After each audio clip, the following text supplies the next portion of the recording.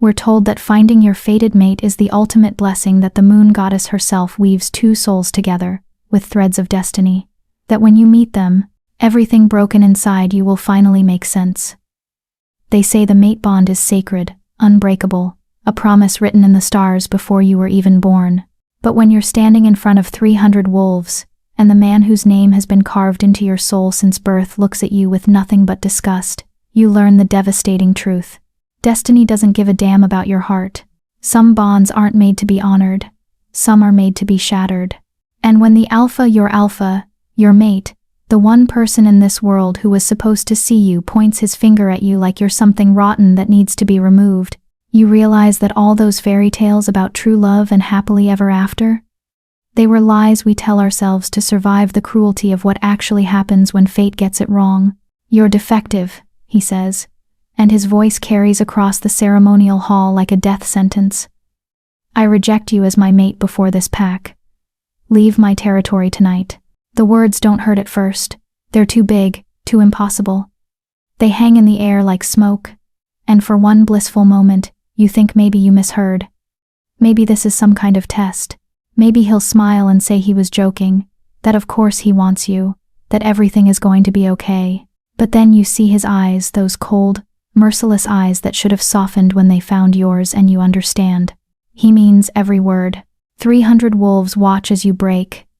They watch as the invisible thread between you and him snaps, severing with a pain so visceral you actually stagger. Someone gasps, someone else whispers, but no one moves to catch you. Because in this world, defective she-wolves don't get second chances. And tonight, you have 8 hours to disappear before the pack enforcers hunt you down like the unwanted thing you've always been. Before we begin, if you love emotional werewolf romance with broken characters finding redemption, you'll want to check out this book titled Rejected by the Alpha, link in the description below. Now, let's dive into our story. Chapter 1. The Broken Wolf. My name is Callista, and I have never shifted. 23 years old, and I've never felt my bones crack and reform. Never felt fur ripple across my skin. Never experienced the euphoria that other wolves describe when they talk about their first transformation. That moment of pure, primal freedom, when the human falls away and the wolf emerges. I am broken in the most fundamental way a werewolf can be broken. The Silvercrest pack doesn't know what to do with me. For years, they've watched me with a mixture of pity and suspicion, waiting for my wolf to surface, waiting for me to become whole. My father, the pack's former beta before he retired in shame, tried everything: healers, rituals, even a witch from the Eastern Territories who smelled like graveyard dirt and made me drink something that tasted like rotting flowers. Nothing worked. Some wolves are born incomplete, the witch had said, her milky eyes staring through me rather than at me. The moon goddess makes mistakes sometimes. This girl, she's one of them. I was 16 when she said that, old enough to understand what it meant, old enough to see the way my father's shoulders slumped, the way my mother turned her face away so I wouldn't see her cry, old enough to know I would spend the rest of my life apologizing for existing. But then, 3 months ago, something impossible happened. I felt it. Not a shift. I still can't do that, but something deeper. A pull. A recognition that bypassed my broken body and spoke directly to whatever small, malformed piece of wolf soul I possessed. The mate bond. And it led me straight to him. Kieran Ashwood, alpha of the Silvercrest pack. 30 years old, powerful, respected, feared. The kind of wolf that other alphas whisper about with equal parts admiration and wariness. His bloodline is pure. His wolf massive and silver gray. His authority absolute. When I first felt the bond snap into place, I thought maybe, just maybe, this was the moon goddess's way of apologizing. Maybe I couldn't shift, but at least I had this. At least I had him. I was so stupid. For 3 months, I waited. The bond pulled at me constantly, a golden thread tied around my heart, always pointing toward him. I'd see him during pack meetings, during training sessions, during the communal meals in the Great Hall, and every single time, I waited for him to feel it too. Waited for his eyes to find mine. Waited for recognition. It never came. He looked through me the way everyone else did. Like I was furniture. Like I was nothing. My father told me to be patient. The Alpha is busy, he said, though his voice lacked conviction. When the time is right, he'll acknowledge the bond. My mother was more honest. Maybe it's better if he doesn't, she whispered one night when she thought I was asleep. What kind of life would you have as his mate? You can't even shift, Callista. You can't run with the pack. You can't hunt. You can't fight. What would you give him except shame? I pretended I hadn't heard her. Pretended the words didn't carve themselves into my chest. But she was right. 2 weeks ago, my father sat me down in his study. The room still smelled like old leather and pipe smoke, though he'd stopped smoking years ago. He couldn't meet my eyes. The Alpha has requested your presence, he said carefully. Tonight, in the ceremonial hall. My heart had leapt. Finally, he was going to acknowledge the bond. There's something else, my father continued, and the tone of his voice made my joy curdle into dread. Your sister, Mira. She's coming home. Mira. My older sister. Beautiful. Powerful.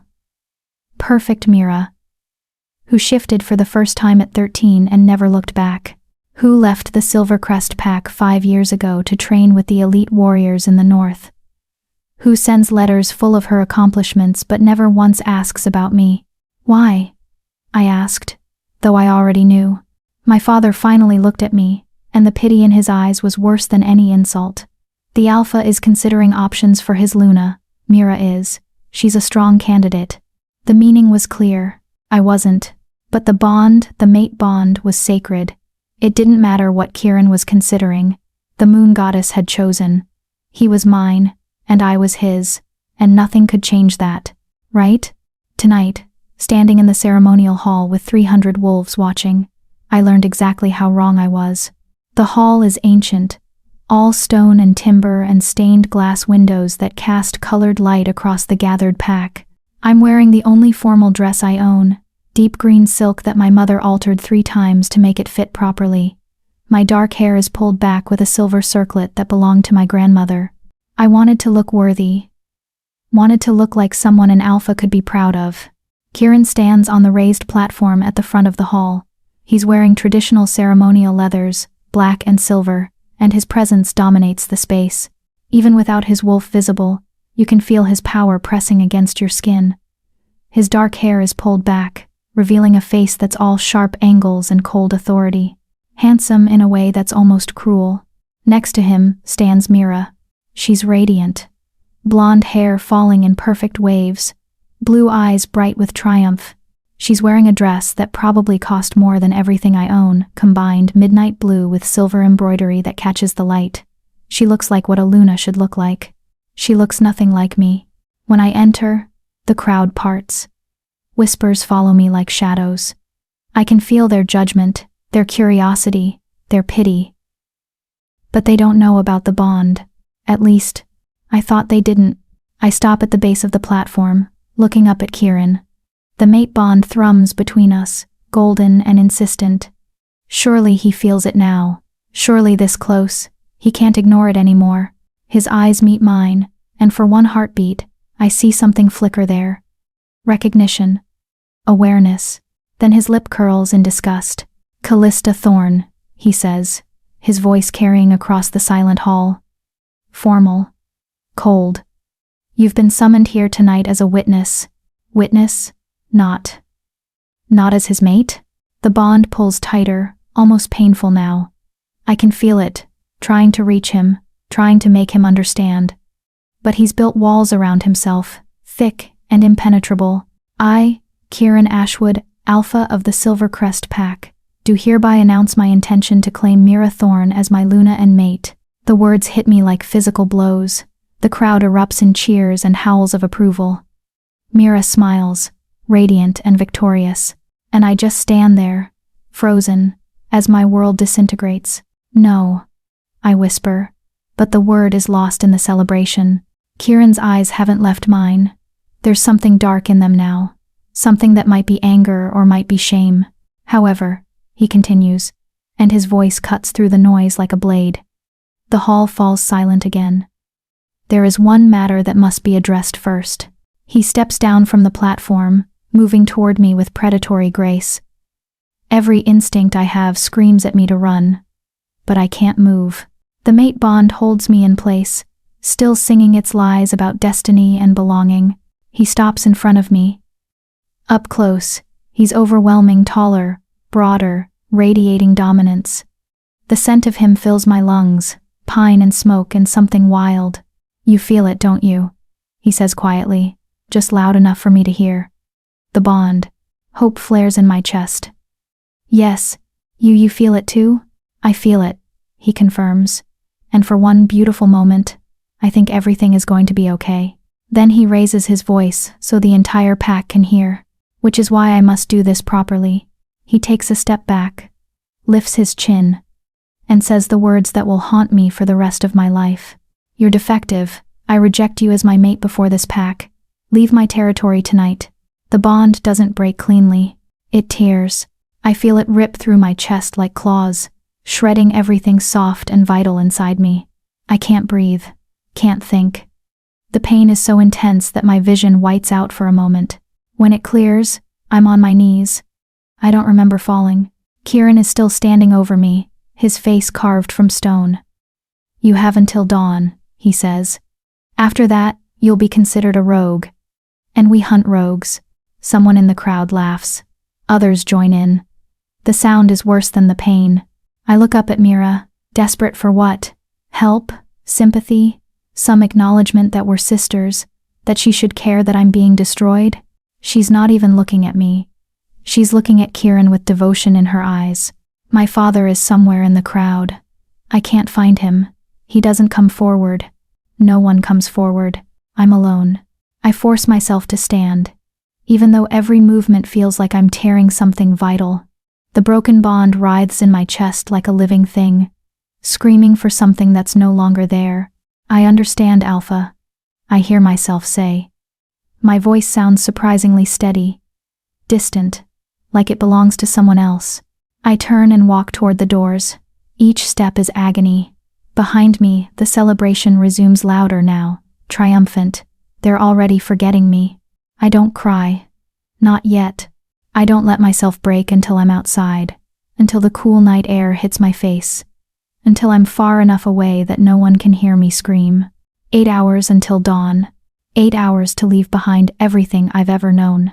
8 hours to figure out how to survive as a broken, rejected, wolfless girl in a world that has no mercy for the weak. Chapter 2. I have nothing. That's the thought that keeps circling through my mind as I stand in my childhood bedroom, staring at the small pile of belongings on my bed. A change of clothes, a water flask, a hunting knife that my father gave me when I was 12, back when he still had hope I might become something useful. 8 hours has become 6. My hands won't stop shaking. The torn bond in my chest pulses with each heartbeat, a constant reminder of what I've lost, what I never really had to begin with. The house is quiet. Too quiet. My parents' bedroom door is closed, and I can hear low voices behind it. My father's deep rumble, my mother's higher pitch. They're talking about me, probably. Discussing how quickly they can erase the evidence of their failure from pack memory. They haven't come to say goodbye. Neither has Mira, but I didn't expect her to. She's probably still at the celebration, basking in her victory. Future Luna of the Silver Crest pack. Everything I should have been. I shoulder my pathetic bag and move toward the door. My wolf, or whatever broken fragment of one exists inside me, whimpers. Even damaged, even incomplete, it knows we're leaving home, knows we'll never come back. Going somewhere? I freeze. The voice comes from the shadows near my window. Tobias Reed steps into the moonlight filtering through my curtains. He's my age, the son of the pack's head enforcer, and one of the few wolves who's ever spoken to me like I'm a person rather than a problem. We grew up together, back before my defect became impossible to ignore. You shouldn't be here, I whisper. If anyone sees you, they won't. He moves closer, and I can see the concern etched into his features. Tobias is handsome in an understated way, sandy hair, warm brown eyes, the kind of face that makes you feel safe. Callista, please tell me you have a plan. Somewhere to go. I don't answer. Can't answer. Because the truth is, I have nowhere. No pack will take in a rejected, wolfless female. I'll be rogue by default, which means I'll be hunted on sight by any pack whose territory I cross. That's what I thought.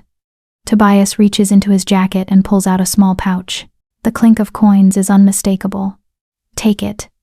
It's not much, but it'll get you to the neutral zones. Maybe find passage to the human territories. I can't take your money. You can and you will. He presses the pouch into my hands. His fingers are warm, alive in a way that makes me painfully aware of how cold I've become. Please, Callista, let me help you. For a moment, I consider it. Consider what it would mean if someone like Tobias came with me. If I didn't have to face exile alone, but then I see the flash of pain in his eyes, quickly hidden. And I understand. He pities me. Everyone pities me. Thank you, I say quietly, tucking the pouch into my bag. But you should go, before someone realizes you're missing from the celebration. He hesitates, looking like he wants to say more. Then he nods once, and slips back toward the window. Be safe, Callista. You deserve better than what he did to you. Then he's gone, and I'm alone again. I leave through the back door, avoiding the main roads where pack members might still be wandering home from the ceremony. The moon is 3/4 full, bright enough to light my way through the forest paths I've walked my entire life. I should feel something. Fear, anger, grief. Instead, I just feel hollow. The pack house disappears behind me. Then the training grounds. Then the last of the houses that mark the inner territory. With each step, the invisible ties that bound me to this place fray and snap. By the time I reach the border, a line of ancient oak trees marked with the Silvercrest sigil, I'm not even sure what I am anymore. Not a pack wolf, not anyone's mate, not even fully wolf. Just broken. I'm about to cross the border when I hear footsteps behind me. My first thought is that it's Tobias again, but the gait is wrong. Heavier, more deliberate. I turn and find myself face to face with Benedict Crane. Every survival instinct I have starts screaming. Benedict is the pack's tax collector, a position that sounds bureaucratic but is anything but. He's the one who enforces the Alpha's financial decrees, who collects tribute from pack members, who has the authority to seize property and assets from those who fail to meet their obligations. He's also a beta wolf, not powerful enough to challenge for Alpha, but strong enough to make life hell for anyone who crosses him. He's watching me with cold calculation, his gray eyes reflecting the moonlight like coins. Callista Thorne, he says, his voice smooth as oiled leather. Out for a midnight stroll? I'm leaving, I say, trying to keep my voice steady. As ordered. Ah, yes, the rejection. He steps closer, circling me slowly. Such a waste. Your father was a good beta once, loyal, useful, and your sister, well, she's proven her worth admirably. I don't respond. Don't move. Wolves like Benedict are predators, and showing fear is an invitation. Tell me, he continues, stopping directly in front of me. Where exactly do you plan to go? You have no pack, no protection, no ability to shift or defend yourself. How long do you think you'll survive out there? That's not your concern. Actually, it is. His smile doesn't reach his eyes. You see, your family owes a rather substantial debt to the pack. Your father's medical expenses, your mother's treatments, all those healers and witches they brought in trying to fix you. That kind of attention doesn't come cheap. Ice floods my veins. That's not my father paid those debts. I saw the records. He paid some of them, not all. There's still the matter of 6,000 silver marks. Benedict pulls a rolled parchment from his coat. With interest, of course. 6,000 marks. That's more money than my family will see in 5 years. I don't have that kind of money, I whisper. I know, but perhaps we can come to an arrangement. He moves closer, and I can smell the tobacco and whiskey on his breath. You're not entirely without value, Callista. Even broken things can be useful. Every part of me wants to run, but there's nowhere to run to. And if my family is in debt, if I'm the reason they're in debt, then running only makes things worse for them. What kind of arrangement? I ask carefully. Benedict's smile widens, The king is looking for servants, human servants, specifically. But I think a defective wolf would serve just as well. Can't shift, can't fight back, perfectly obedient. He's willing to pay quite handsomely for the right candidates. The king. He means Theron Blackthorn, the wolf king who rules all the packs from his castle in the northern mountains. I've never seen him. Few wolves outside the alpha elite have, but the stories about him are legend. Brutal, merciless. They say he once executed an entire pack for disloyalty, that he keeps humans as slaves in his castle, that he hasn't taken a mate because no wolf is strong enough to stand beside him. They also say he's cursed, that something happened to him years ago that left him wrong, twisted, more monster than man. You want to sell me to the king? I say flatly. I want to resolve a debt, Benedict corrects. What happens after that is between you and his majesty. But I can tell you this serve him well for 5 years, and your family's debt will be cleared. You might even earn your freedom at the end of it. 5 years. 5 years as a servant to a monster. And if I refuse? Benedict's expression hardens. Then I'll be forced to seize your family's assets to cover the debt. Their home. Your father's pension. Everything. They'll be packless and destitute. Your sister's chances of becoming Luna will evaporate. No alpha wants a mate from a disgraced family. He's trapped me perfectly. Refuse, and I destroy what's left of my family. Accept, and I trade one prison for another. But at least this way, they'll be safe. Mira can have her perfect life. My parents can salvage some dignity. And me? I was already nothing. At least this way. My nothing means something. How long do I have to decide? I ask. You don't. Benedict produces a contract from his coat. He came prepared, which means this was always his plan. You cross that border, you become a rogue. You sign this, you become employed. Those are your options. I take the parchment with numb fingers. The terms are written in precise script. 5 years of service, room and board provided, debt cleared upon completion. There's a clause about obedience, another about termination conditions. It's all very official, very legal, very much a trap. But what choice do I have? I think about my father's face when he couldn't meet my eyes, my mother's whispered words about shame, Mira standing beside Kieran like she belonged there. I think about the torn bond in my chest that still hasn't stopped screaming. I think about being utterly, completely alone. Where do I sign? I hear myself ask. Benedict produces a knife and holds it out. Blood signature. More binding that way. Of course it is. I take the knife and press it to my palm. The sting is sharp and immediate. I let 3 drops fall onto the contract, then press my bloody palm against the signature line. The moment my blood touches the parchment, I feel something click into place. Magic, probably. The contract glows briefly, then the light fades. It's done. Benedict rolls up the parchment with obvious satisfaction. Excellent. The king's carriage leaves at dawn from the pack house. Be there, or the contract is void and the debt comes due immediately. He walks away without another word, disappearing into the forest like he was never there. I stand at the border, no longer sure which side I belong on. The bag Tobias gave me hangs heavy on my shoulder. The cut on my palm throbs. 4 hours until dawn. 4 hours until I leave for a castle in the mountains to serve a king I've never met. 4 hours until my old life ends, and something new, something terrible begins. I don't cry. I'm done crying.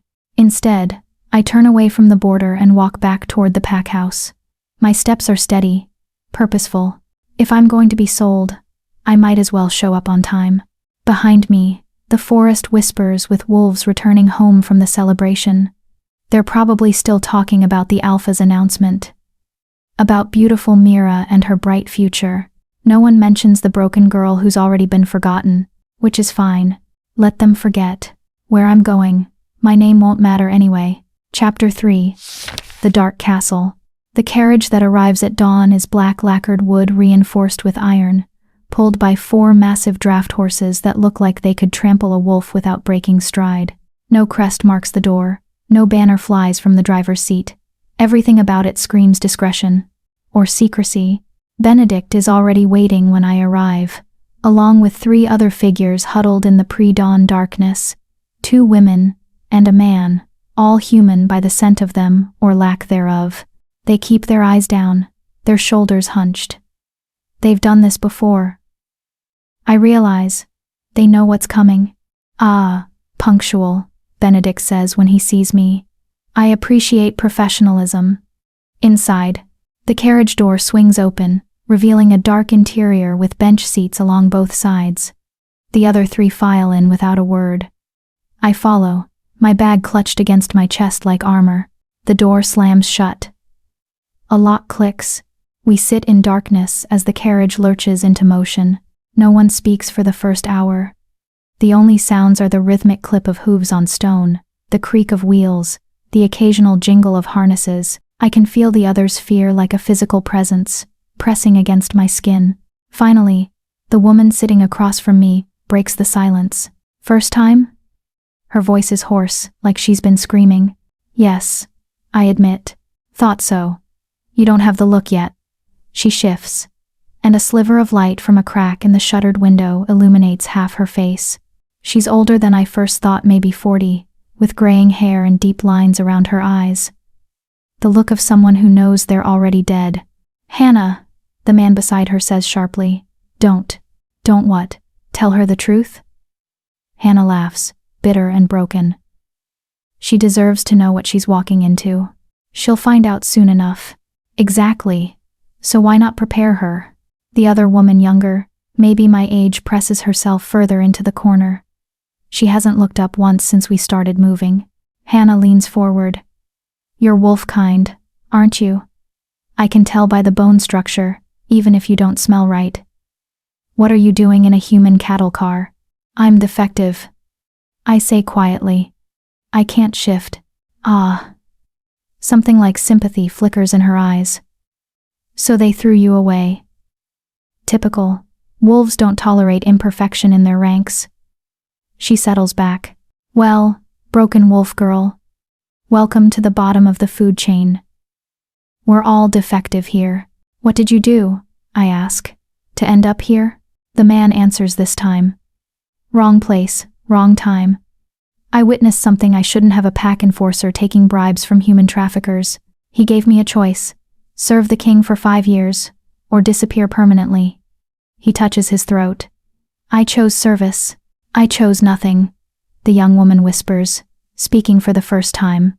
Her voice is barely audible. They just took me. The carriage goes silent again. The king doesn't care how you got there, Hannah says eventually. He doesn't care about your story, your circumstances, your excuses. All that matters is that you obey, you serve, you survive, if you're lucky. What's he like? I ask. The king? All 3 of them tense visibly. We don't talk about the king, the man says firmly. Why not? Because talking about him in the castle is dangerous, Hannah says. Because the walls have ears, and loyalty is measured in silence. Because... She cuts herself off, shaking her head. You'll understand when you meet him. If you meet him. Most servants never do. They serve the castle. Not the king directly. Then who do we serve? The household staff, the visiting nobles, the warriors, anyone who outranks you, which is everyone. Hannah's smile is grim. Think of yourself as furniture, broken wolf girl. Useful furniture that occasionally needs to be dusted and maintained. But furniture nonetheless. The carriage hits a rut, jostling us violently. The young woman whimpers. How long? I ask. How long have you all been serving? This is my 3rd year, the man says. My 4th, Hannah adds. 2 more and I'm free, if I live that long. The young woman says nothing. We travel for 3 more hours. The sun rises somewhere beyond our shuttered windows, casting thin bars of light across our faces. No one offers food or water. No one checks on us. We're cargo, not passengers.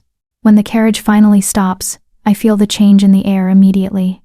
It's colder here, sharp with mountain wind. The smell of pine and stone and something else, something ancient and watchful. The door opens. Out, says a voice I don't recognize. Male, clipped, efficient. We stumble into blinding daylight. I blink rapidly, trying to adjust, and when my vision clears, I see it. The castle.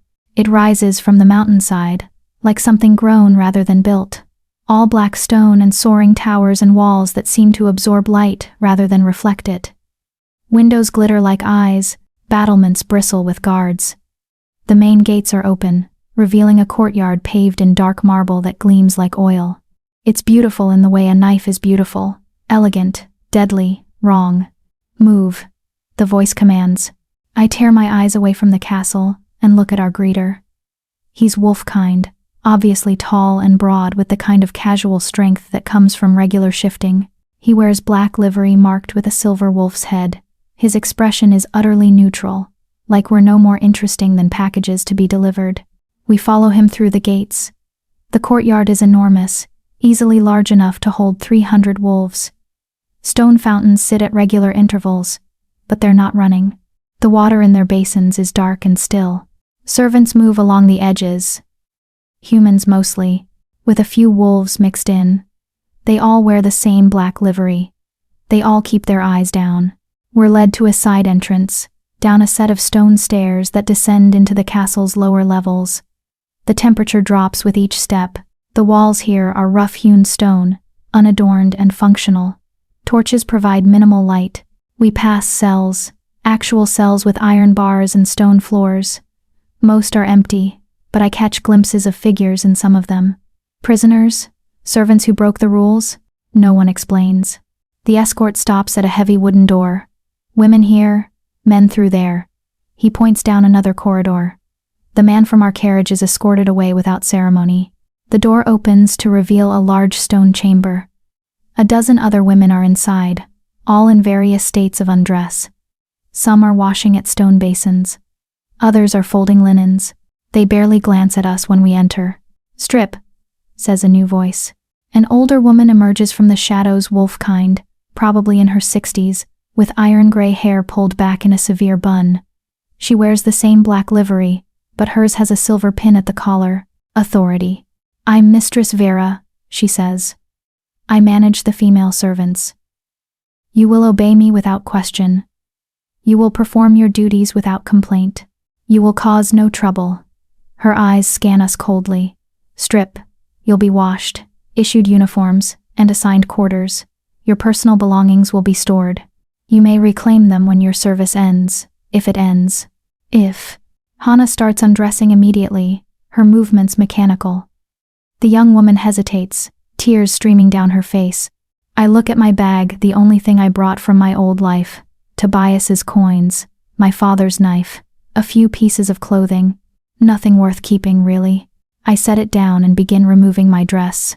The washing is humiliating. We're scrubbed by other servants using rough soap and cold water, inspected for lice and disease, our hair pulled and examined. I'm grateful for the callousness of it. There's no pretense of care or dignity, just efficiency. When we're deemed clean enough, we're issued uniforms. Black wool dresses that fall to mid-calf, white aprons, simple leather shoes. The fabric is coarse but sturdy, practical. I catch sight of myself in a polished metal plate someone's using as a mirror. I look like every other servant now, interchangeable, anonymous, perfect. "You," Mistress Vera says, pointing at me, "the defective wolf. You'll serve the upper floors initially, light cleaning, errands, message running. If you prove competent, your duties may expand.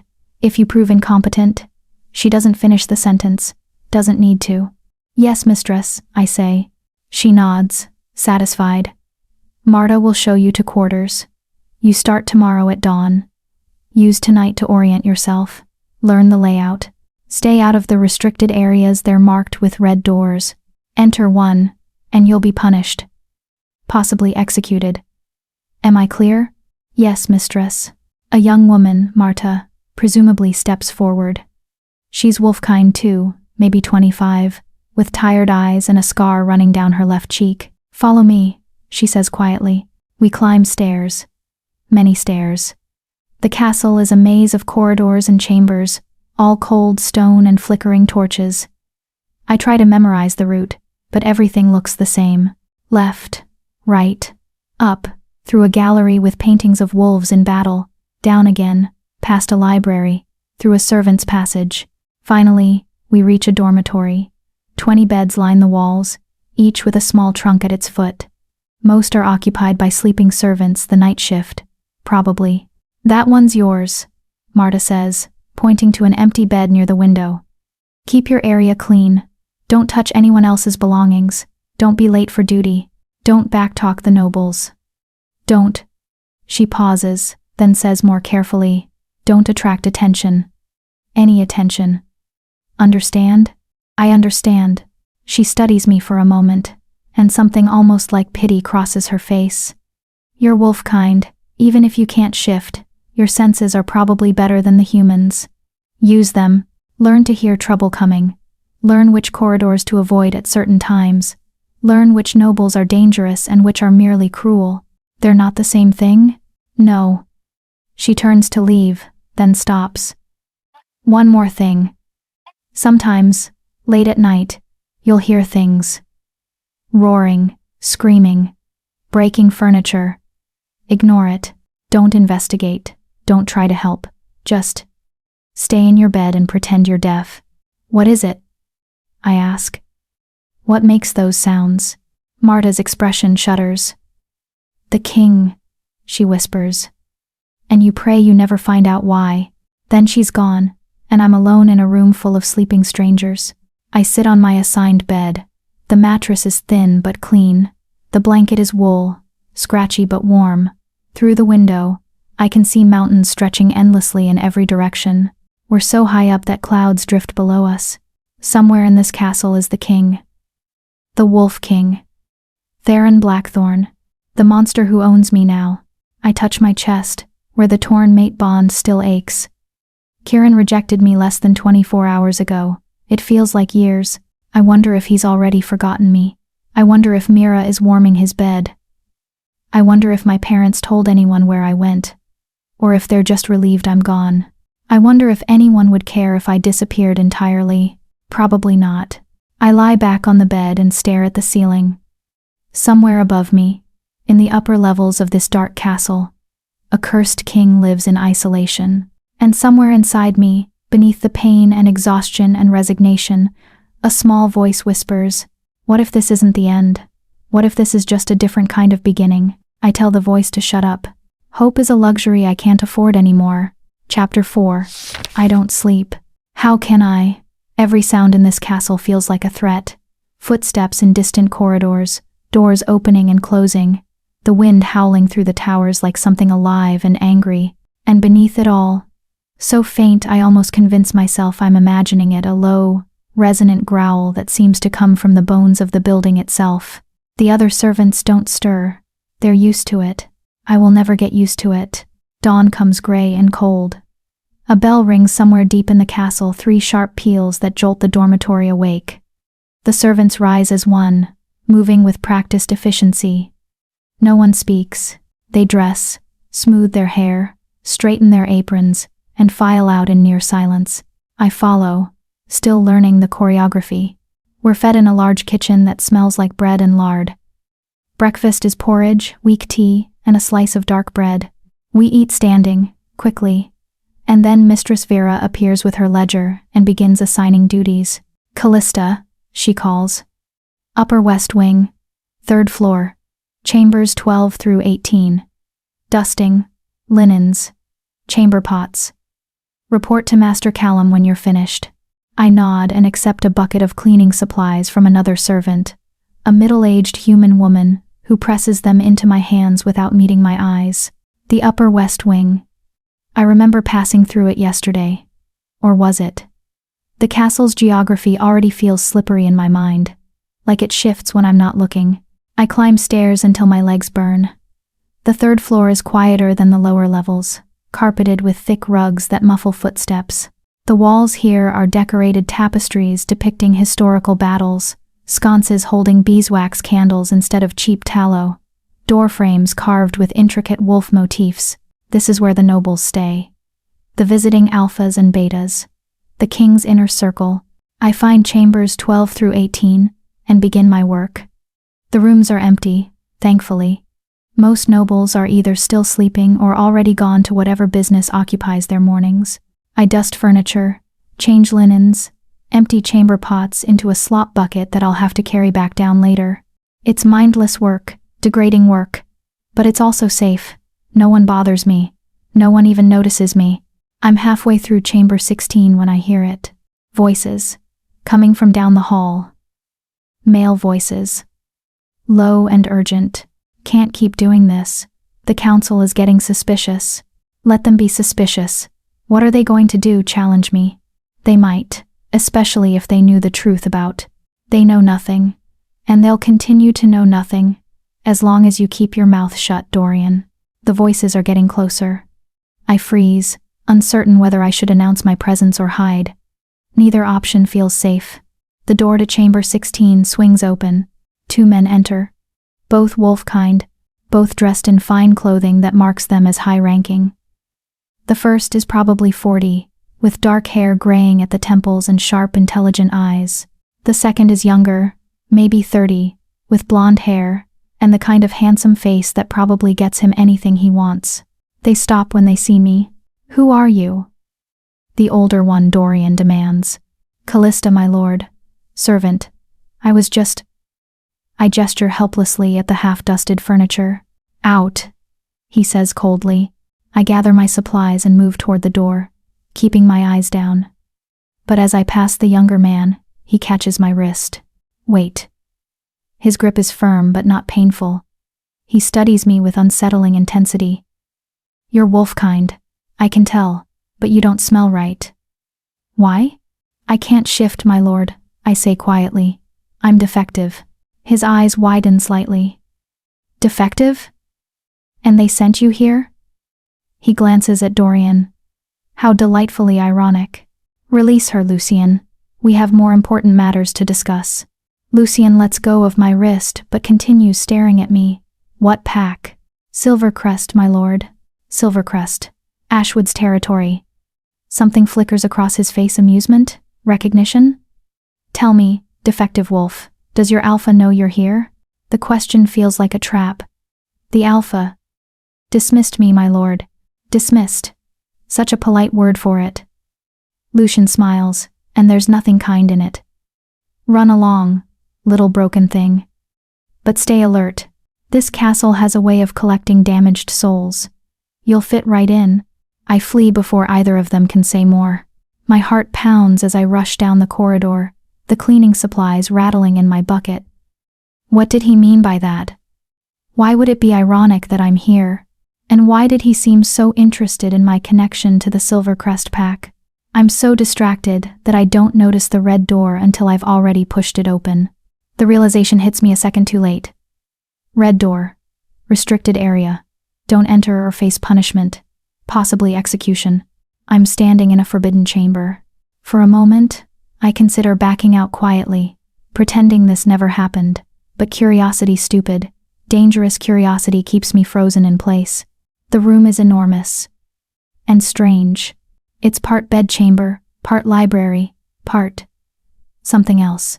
Shelves line every wall, crammed with books and scrolls and strange objects I don't recognize. The furniture is massive, clearly built for someone very large. A desk dominates one corner, covered in papers and maps. The bed is a 4-poster monstrosity with black silk curtains.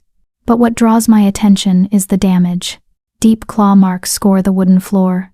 Gouges in the stone walls. A shattered mirror. Furniture overturned and broken. One of the bedposts is snapped clean in half.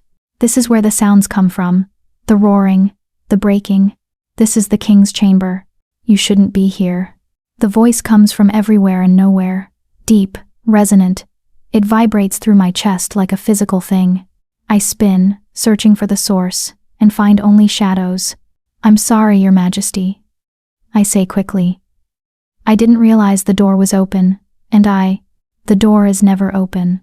The voice moves, circling me, which means you opened it, which means you can't read, or you can read and chose to disobey.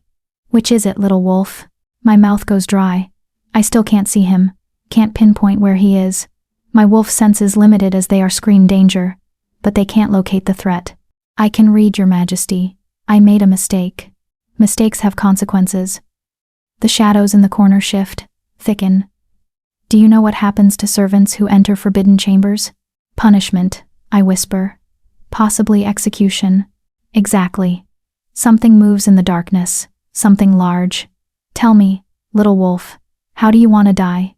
Quickly or slowly? Terror floods my system. This is it.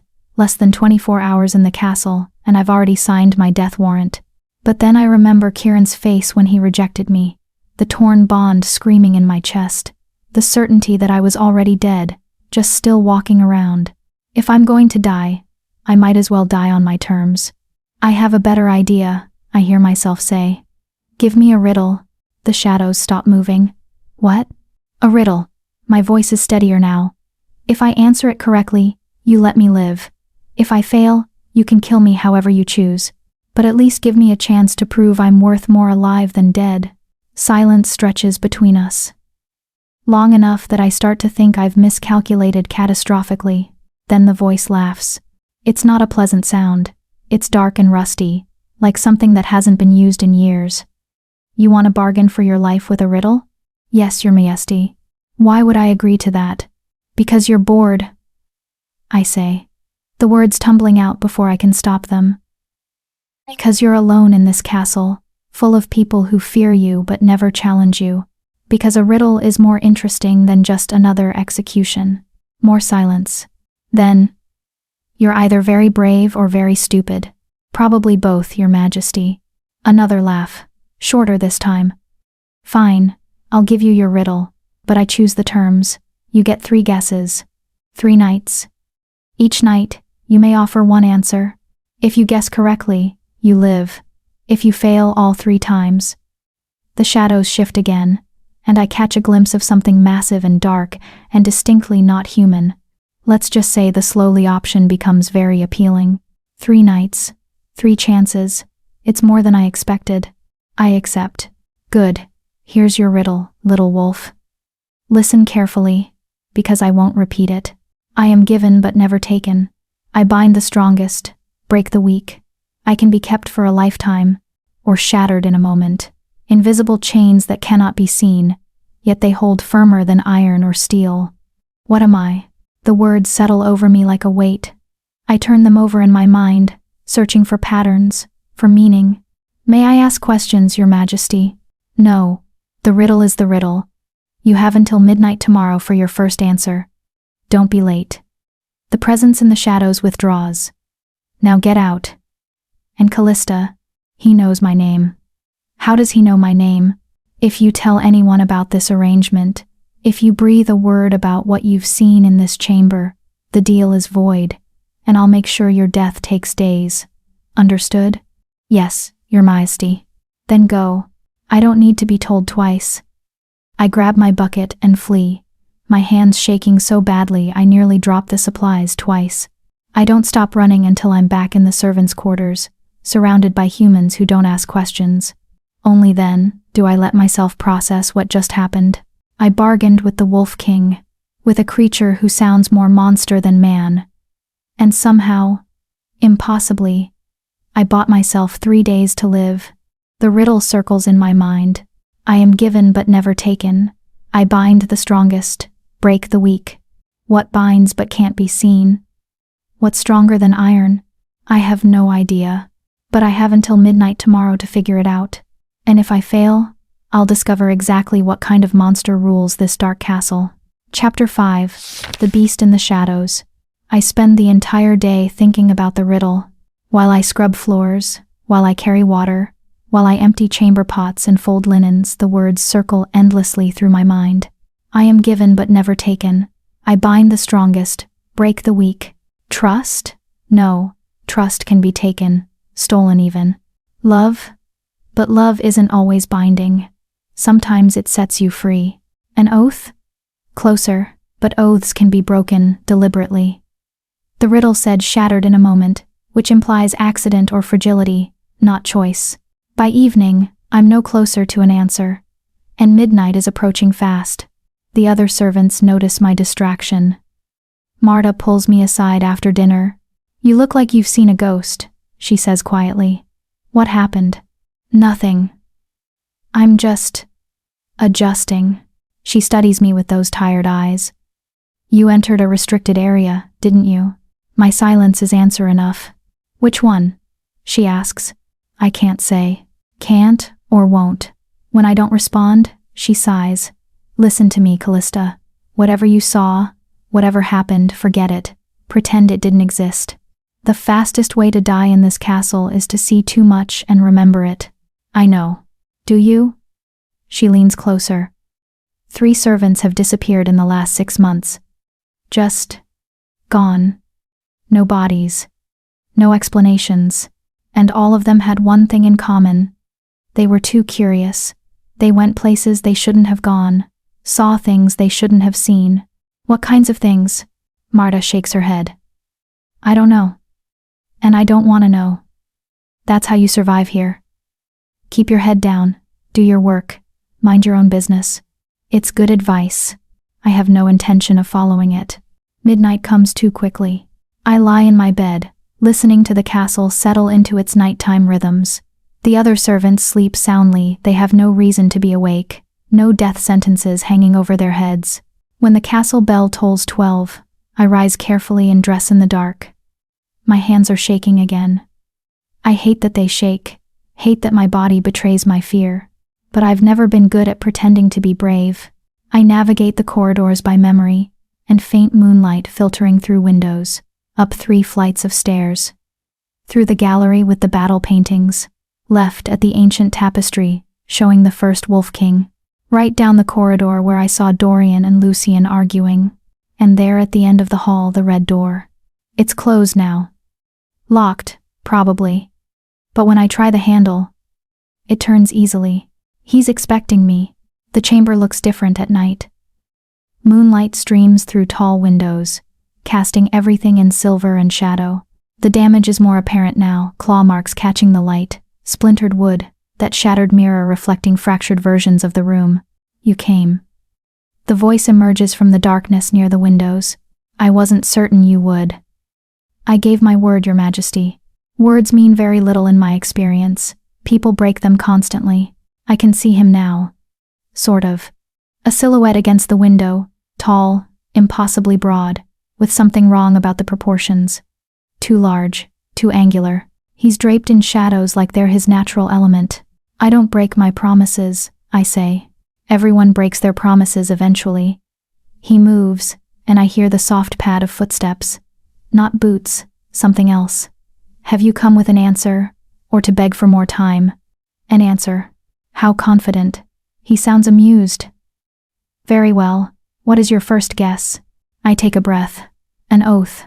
A promise made before witnesses, sealed with magic or blood. It binds those who make it, can last a lifetime, but can be shattered if the conditions are violated. Silence. Then, interesting, logical, wrong. My heart sinks, but not completely wrong, he continues. You're circling the truth. You have 2 guesses remaining. Use them wisely. May I ask why it's wrong? No, the riddle stands as given. Find your own path to the answer. He moves again, closer now. Tell me something, little wolf. Why did you really offer a riddle? The truth this time. I consider lying. But something about the darkness, about the anonymity of this conversation, makes honesty easier. Because I didn't want to die on my knees, I say quietly. Because if I'm going to be executed, I want it to be for something I chose, not just for being in the wrong place. Because... I pause, searching for words. Because I'm so tired of being powerless. The riddle was the only power I had in that moment. Power. He says the word like it tastes bitter. Is that what you think this is? Isn't it? You hold my life in your hands. I hold a riddle. It's not much, but it's something. You hold more than you realize. His voice has changed softer now, almost thoughtful. Do you know what most servants do when they accidentally enter my chambers? They beg, they plead, they offer me anything and everything if I'll just spare them. Gold, information, their bodies. Disgust threads through the words. But you offered me a game. I thought you might be bored. I am. The admission sounds like it costs him something.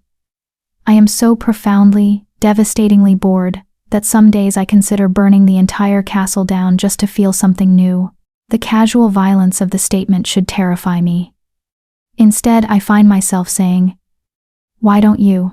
He laughs, that same dark, rusty sound. "Because I'm trapped here as surely as you are. Just a different kind of cage. The curse," I say before I can stop myself. The temperature in the room drops. "What do you know about a curse?" "Nothing, just servants talk. They say you're cursed, that something happened to you. Servants should learn to keep their mouths shut." His voice has gone cold again. Dangerous. "What else do they say?" "That late at night, you rage, break things, that we should stay in our beds and pretend we're deaf. Good advice. You should follow it. After tomorrow night, I might not have a choice." Another pause. Then he moves fully into the moonlight, and I see him clearly for the first time. He's not human, not even close. The shape is vaguely man-like, 2 arms, 2 legs, upright posture. But everything else is wrong. He stands at least 7 feet tall, his body covered in dark fur that seems to absorb light. His hands end in claws that look capable of rending stone. His face is wolf-like but elongated, wrong, caught somewhere between human and animal in a way that shouldn't exist. And his eyes golden and burning with intelligence that's far too human for that monstrous face. "This is what you bargained with," he says, his voice surprisingly gentle. "This is what hunts through my chambers at night, breaking furniture and howling at nothing. Still think you made a good deal, little wolf. I should be terrified. Every instinct I have should be screaming at me to run. But I remember Kieran's beautiful face twisted with disgust as he rejected me. I remember my mother whispering that I was shameful. I remember Benedict looking at me like I was merchandise. And I realize monsters come in many forms. At least this one is honest about what he is." "Yes," I say. "I think I made a good deal." He stares at me for a long moment. "You're either very brave or very stupid." "You said that already, Your Majesty." "Don't interrupt me." "Sorry, Your Majesty." Is that amusement in his eyes? It's hard to tell with that face. "Why are you here?" he asks suddenly. "In this castle, servants don't just volunteer for this position. You were sent, traded. What did you do to deserve exile?" "I existed," I say simply. "I was born wrong. Defective. Couldn't shift. Couldn't be useful. My mate." The word catches in my throat.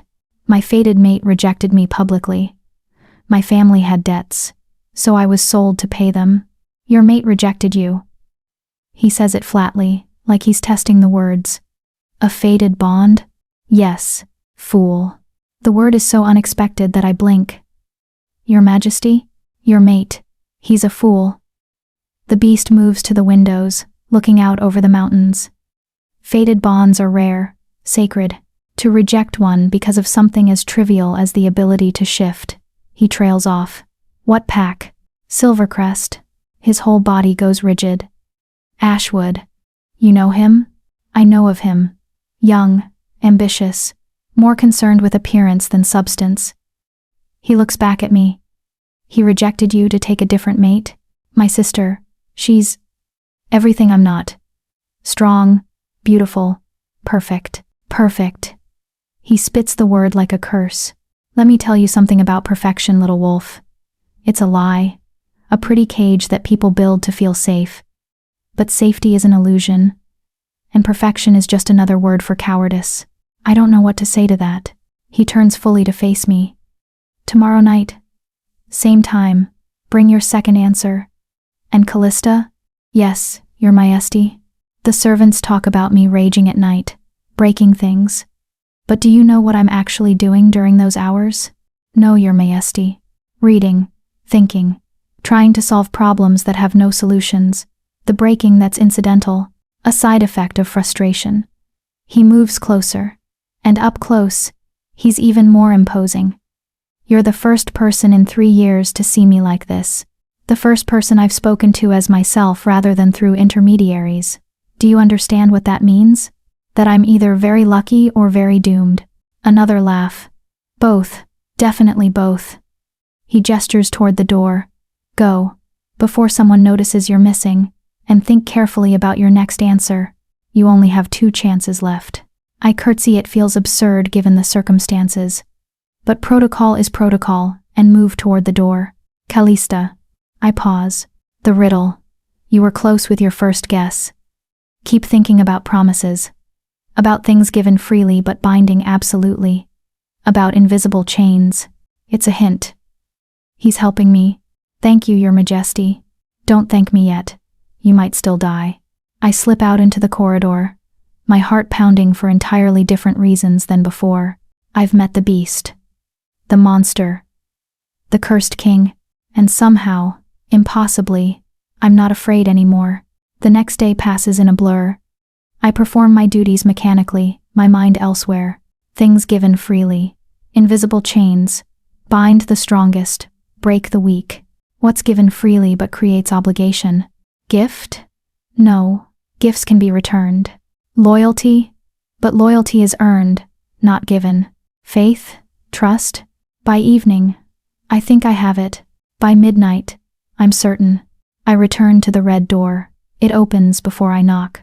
The chamber is the same, dark, damaged, full of shadows. But he's waiting by the window again, his massive form backlit by moonlight. You look confident, he observes. I think I have it. Then speak. I take a breath. Love. The answer is love. It's given freely, never taken by force. It binds the strongest warriors, breaks the weak-willed. It can last a lifetime or shatter in a moment. And it's invisible, can't be seen or touched, but holds firmer than any chain. Silence stretches between us. Then he moves toward me, each step deliberate. He stops close enough that I can feel the heat radiating from his massive body, can smell pine and smoke and something wild. Wrong, he says softly. My hope crumbles, but closer than before, much closer. He tilts his head, studying me with those burning golden eyes. Love is part of it, but not all of it. You have 1 guess remaining. Use it well. Can you tell me? No hints this time. You're too close. Find it yourself. Your Majesty. Go, Callista. Before I change my mind about giving you a 3rd chance. I leave, frustration and fear warring in my chest. 1 guess left. 1 night to figure out what binds stronger than love, what's given but not taken, what breaks the weak and holds the strong. 1 more chance to save my life. And the terrible part, the part that keeps me awake as I lie in my bed, is that I don't want to die. Not because I'm afraid, though I am, but because I want to see him again. Want to hear that dark, intelligent voice. Want to solve this riddle not just to survive, but because it matters to him. Because somehow, in 2 nights, the cursed king has become more real to me than anyone in my old life ever was. And that's the most dangerous thing of all. Chapter 6. The answer. I don't sleep the 2nd night either. The riddle consumes me. I turn it over and over in my mind until the words lose meaning and reform into something new. I am given but never taken. I bind the strongest, break the weak. I can be kept for a lifetime, or shattered in a moment. Invisible chains that cannot be seen, yet they hold firmer than iron or steel. Not an oath, not love, but something close to both.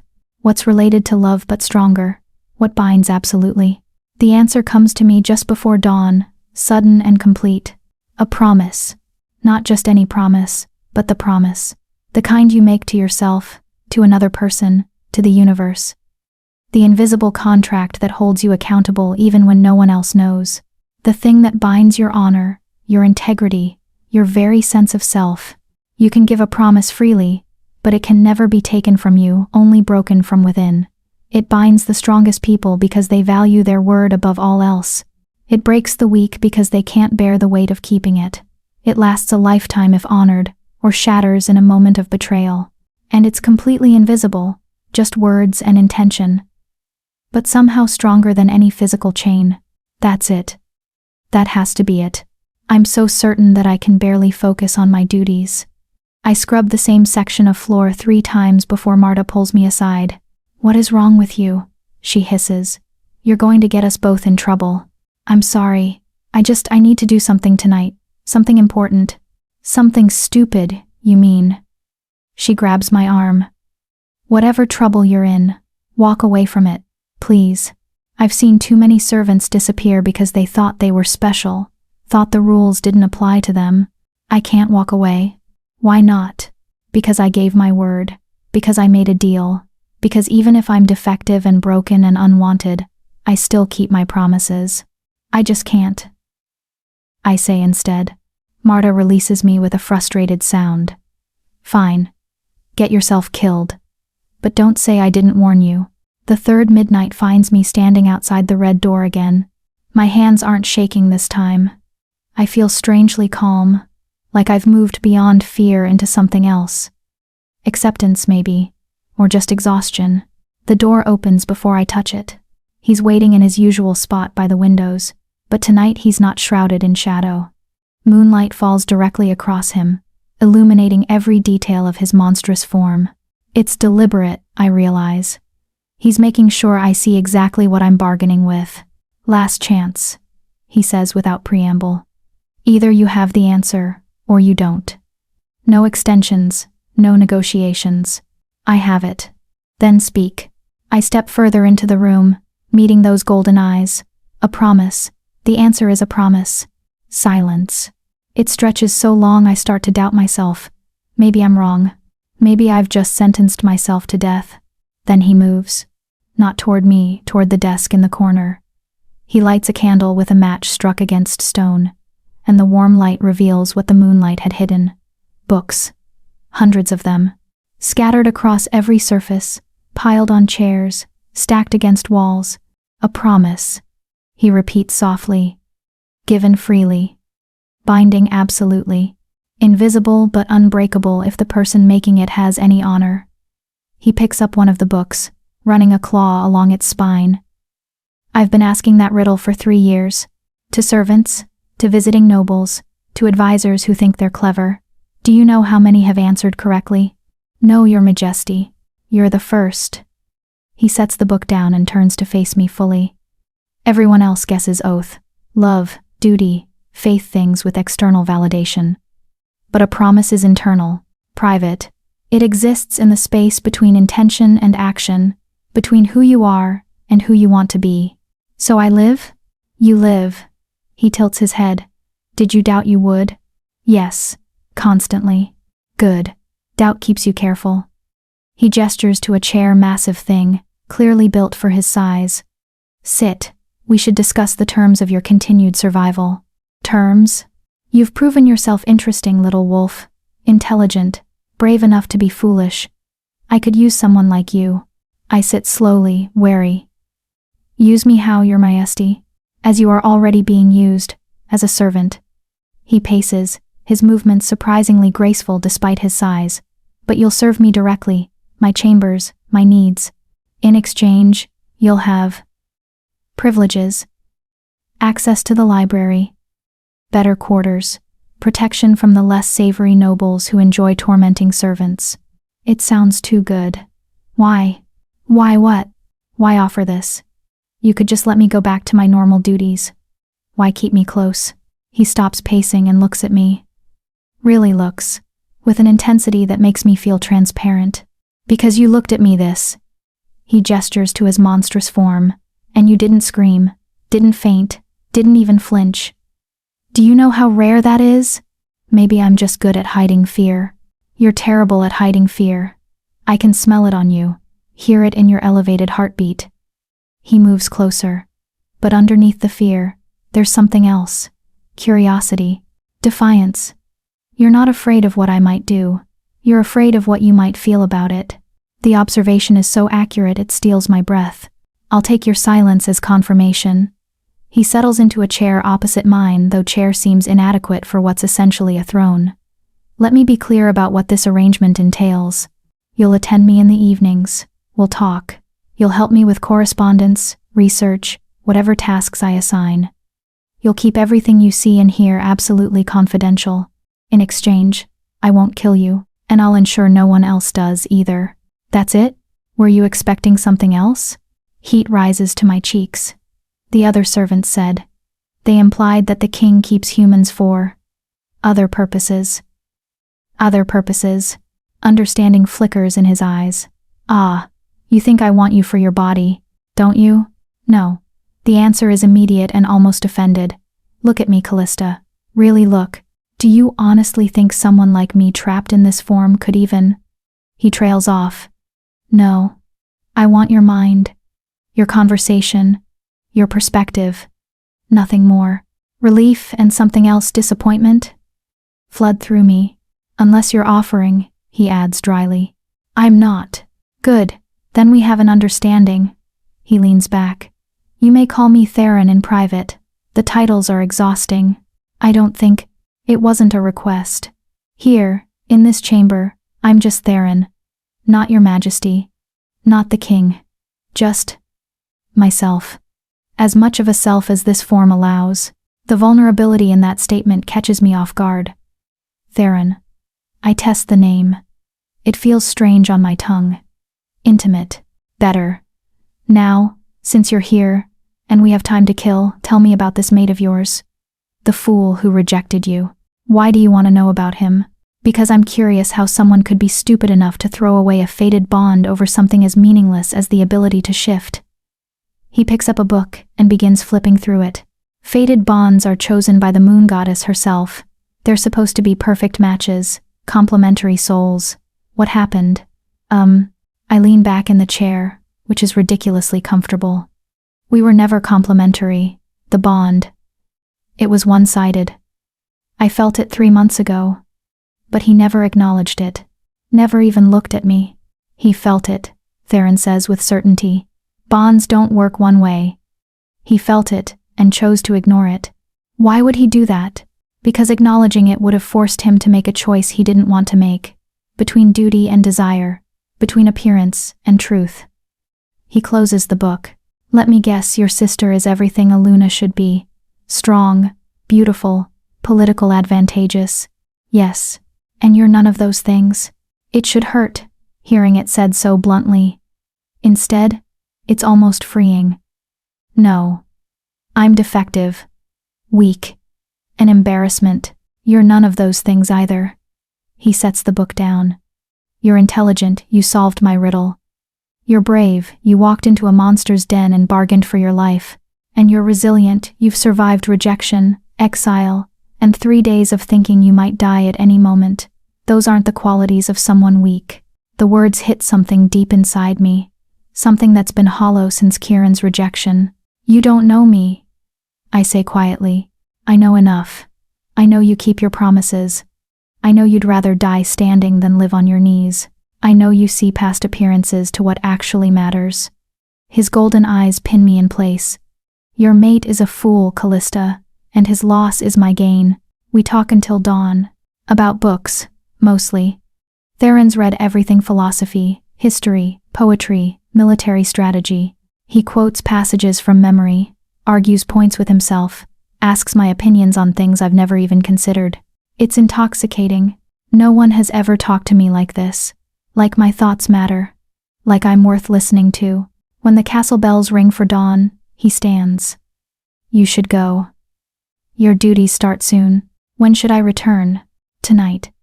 Every night, if you're willing. We have years of conversation to catch up on. I stand too, smoothing my apron. I'm willing. Good. He walks me to the door. Up close. His size is overwhelming. He has to be 7.5 feet tall, maybe more. Callista? Yes? Smiling. The riddle. A promise. That's what we've both made now. You promised to keep my secrets. I promised to keep you alive. Those are invisible chains, binding us together. Don't break yours, and I won't break mine. I won't break mine. I believe you. He opens the door. Now go. Before the sun rises and someone sees you leaving the forbidden wing looking entirely too pleased with yourself. I slip out into the corridor, and he's right, I am pleased. More than pleased. For the first time since Kieran's rejection, I feel like I might actually survive this. The days develop a rhythm. I perform my duties with the other servants. Scrubbing floors, changing linens, carrying water. The work is mindless, but it gives me time to think, to process everything Theron and I discuss during our nightly conversations. Because it becomes conversations, plural. Not just one meeting, but many. We talk about everything. Pack politics and human nature. And whether justice exists or if it's just a lie the powerful tell themselves. We debate philosophy and argue about poetry, and once spend 3 hours discussing whether wolves would be better off without hierarchy altogether. Chaos, Theron insists. Complete chaos without structure. Or freedom, I counter.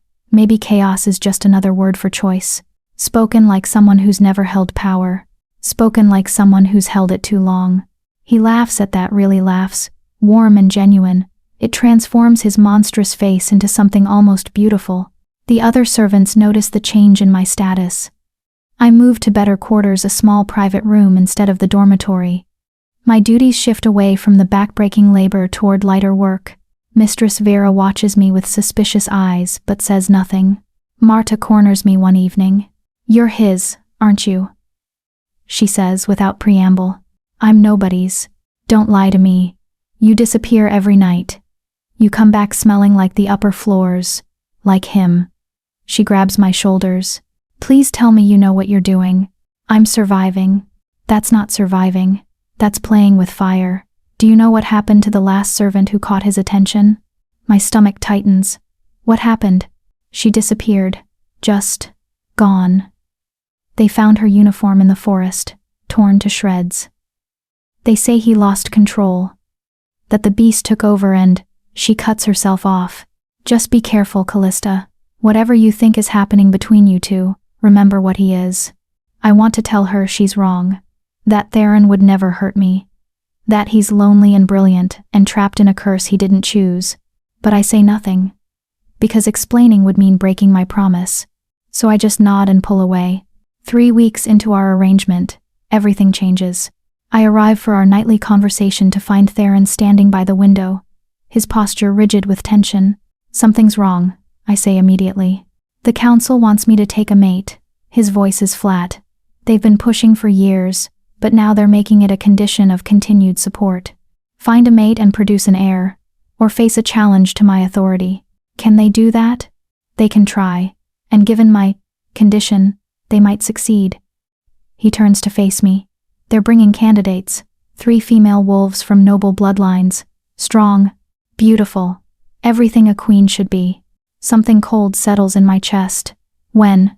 2 weeks. 2 weeks. 14 more nights of conversation. Then what?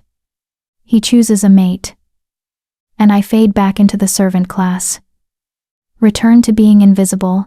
That's good, isn't it? I say, trying to sound supportive. "You'll have a mate. The council will be satisfied." "Will I?" He moves toward me. "Will I have a mate? Or just another person who looks at this form and sees a monster? They'll understand the curse. They'll understand that I turn into a beast every night, that I rage and break things and can barely control myself, that I'm trapped between forms, never fully human or fully wolf, that I'm dangerous." His voice drops. "They'll be afraid of me, just like everyone else. I'm not afraid of you. You should be, but I'm not." I step closer. "And maybe that's why this works, because I see you, Theron. Not the beast, not the king. You." He goes completely still. "Callista, I know I'm just a servant. I know I'm defective and broken and nothing special. But these conversations, they matter to me. You matter to me. You don't understand what you're saying. I understand perfectly. My heart is pounding. You asked me what I was afraid of that first night. The truth is, I'm afraid of going back to being invisible. I'm afraid of losing this." I gesture between us. "Whatever this is a king talking to a servant, nothing more. Liar." His eyes flash. "Careful. You told me to call you Theron. You said here, in this chamber, you're just yourself. So let me be just myself too. Let me say that for 3 weeks, I've felt more alive talking to you than I did in 23 years of trying to belong somewhere." Tears prick my eyes. "Let me say that I don't care if you're cursed or monstrous or dangerous. That I'd rather have these conversations with you than a lifetime of safety with someone who looks at me like I'm broken." Silence. Then he closes the distance between us in 2 strides. For a terrifying moment, I think he's going to hurt me. going to prove Marta right and show me exactly what a monster he can be. Instead, he reaches out with one massive, clawed hand and gently, so gently touches my face. "You're going to break my heart, little wolf," he whispers. "How?" "By making me hope." Chapter 7. The next 2 weeks are stolen time. We both know it. Every conversation carries the weight of ending. Every laugh. Every debate. Every moment of comfortable silence feels precious. Because it might be the last. Theron tells me about his childhood, a lonely prince raised to rule, taught that emotions were weakness and compassion was liability. He describes his father, the previous Wolf King, as a man of iron and ice who never once told his son he was proud. "He died when I was 25, Theron says one night, his voice distant. Heart attack during a council meeting, just collapsed. His last words to me were, 'Don't disappoint me.' Then he was gone. I'm sorry. Don't be. He was a terrible father, but he was a good king. I've spent 5 years trying to be both and failing at each." "You're not failing, aren't I? I'm cursed, trapped, unable to appear before my own people in daylight without maintaining an elaborate charade." "Tell me how that's success." I want to ask about the curse, about how it happened, why it persists, what it means. But every time I get close to the question, he changes the subject. Some wounds are too raw to examine. Instead, I tell him about my own childhood, about growing up defective in a world that valued strength above all else, about the healers and rituals and desperate attempts to fix something that couldn't be fixed. "They meant well," I say. "My parents. They really thought if they just found the right cure, I'd be normal." "Normal is a prison," Theron says. "It's a word people use to crush anything that doesn't fit their narrow definition of acceptable." "You sound like you've given this thought." "I've had 5 years of isolation to think about very little else." We're sitting in our usual spots, him in his throne-like chair, me in the smaller one he brought in specifically for our conversations. A chessboard sits between us. He's teaching me to play, though I'm terrible at it. "Check," he says, moving his knight. I study the board, searching for an escape. There isn't one. "You're doing this on purpose, making me lose to teach me humility." "I'm doing this on purpose to teach you strategy." Every loss is a lesson, if you're willing to learn from it. What lesson am I supposed to learn from being completely outmaneuvered? That sometimes the game is lost before you even realize you're playing. He leans back. That's what happened to me. With the curse. By the time I understood what was happening, it was already too late to stop it. This is the closest he's ever come to explaining. I hold my breath, afraid that speaking will break the moment. "I was 28, he continues quietly. 3 years after taking the throne. Young. Arrogant.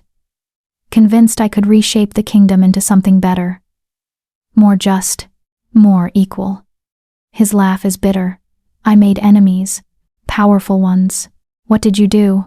"I tried to abolish the practice of keeping humans as indentured servants. Called it slavery, which is what it was. The old noble families were furious. Their wealth was built on human labor. They came to me with gifts, with bribes, with threats.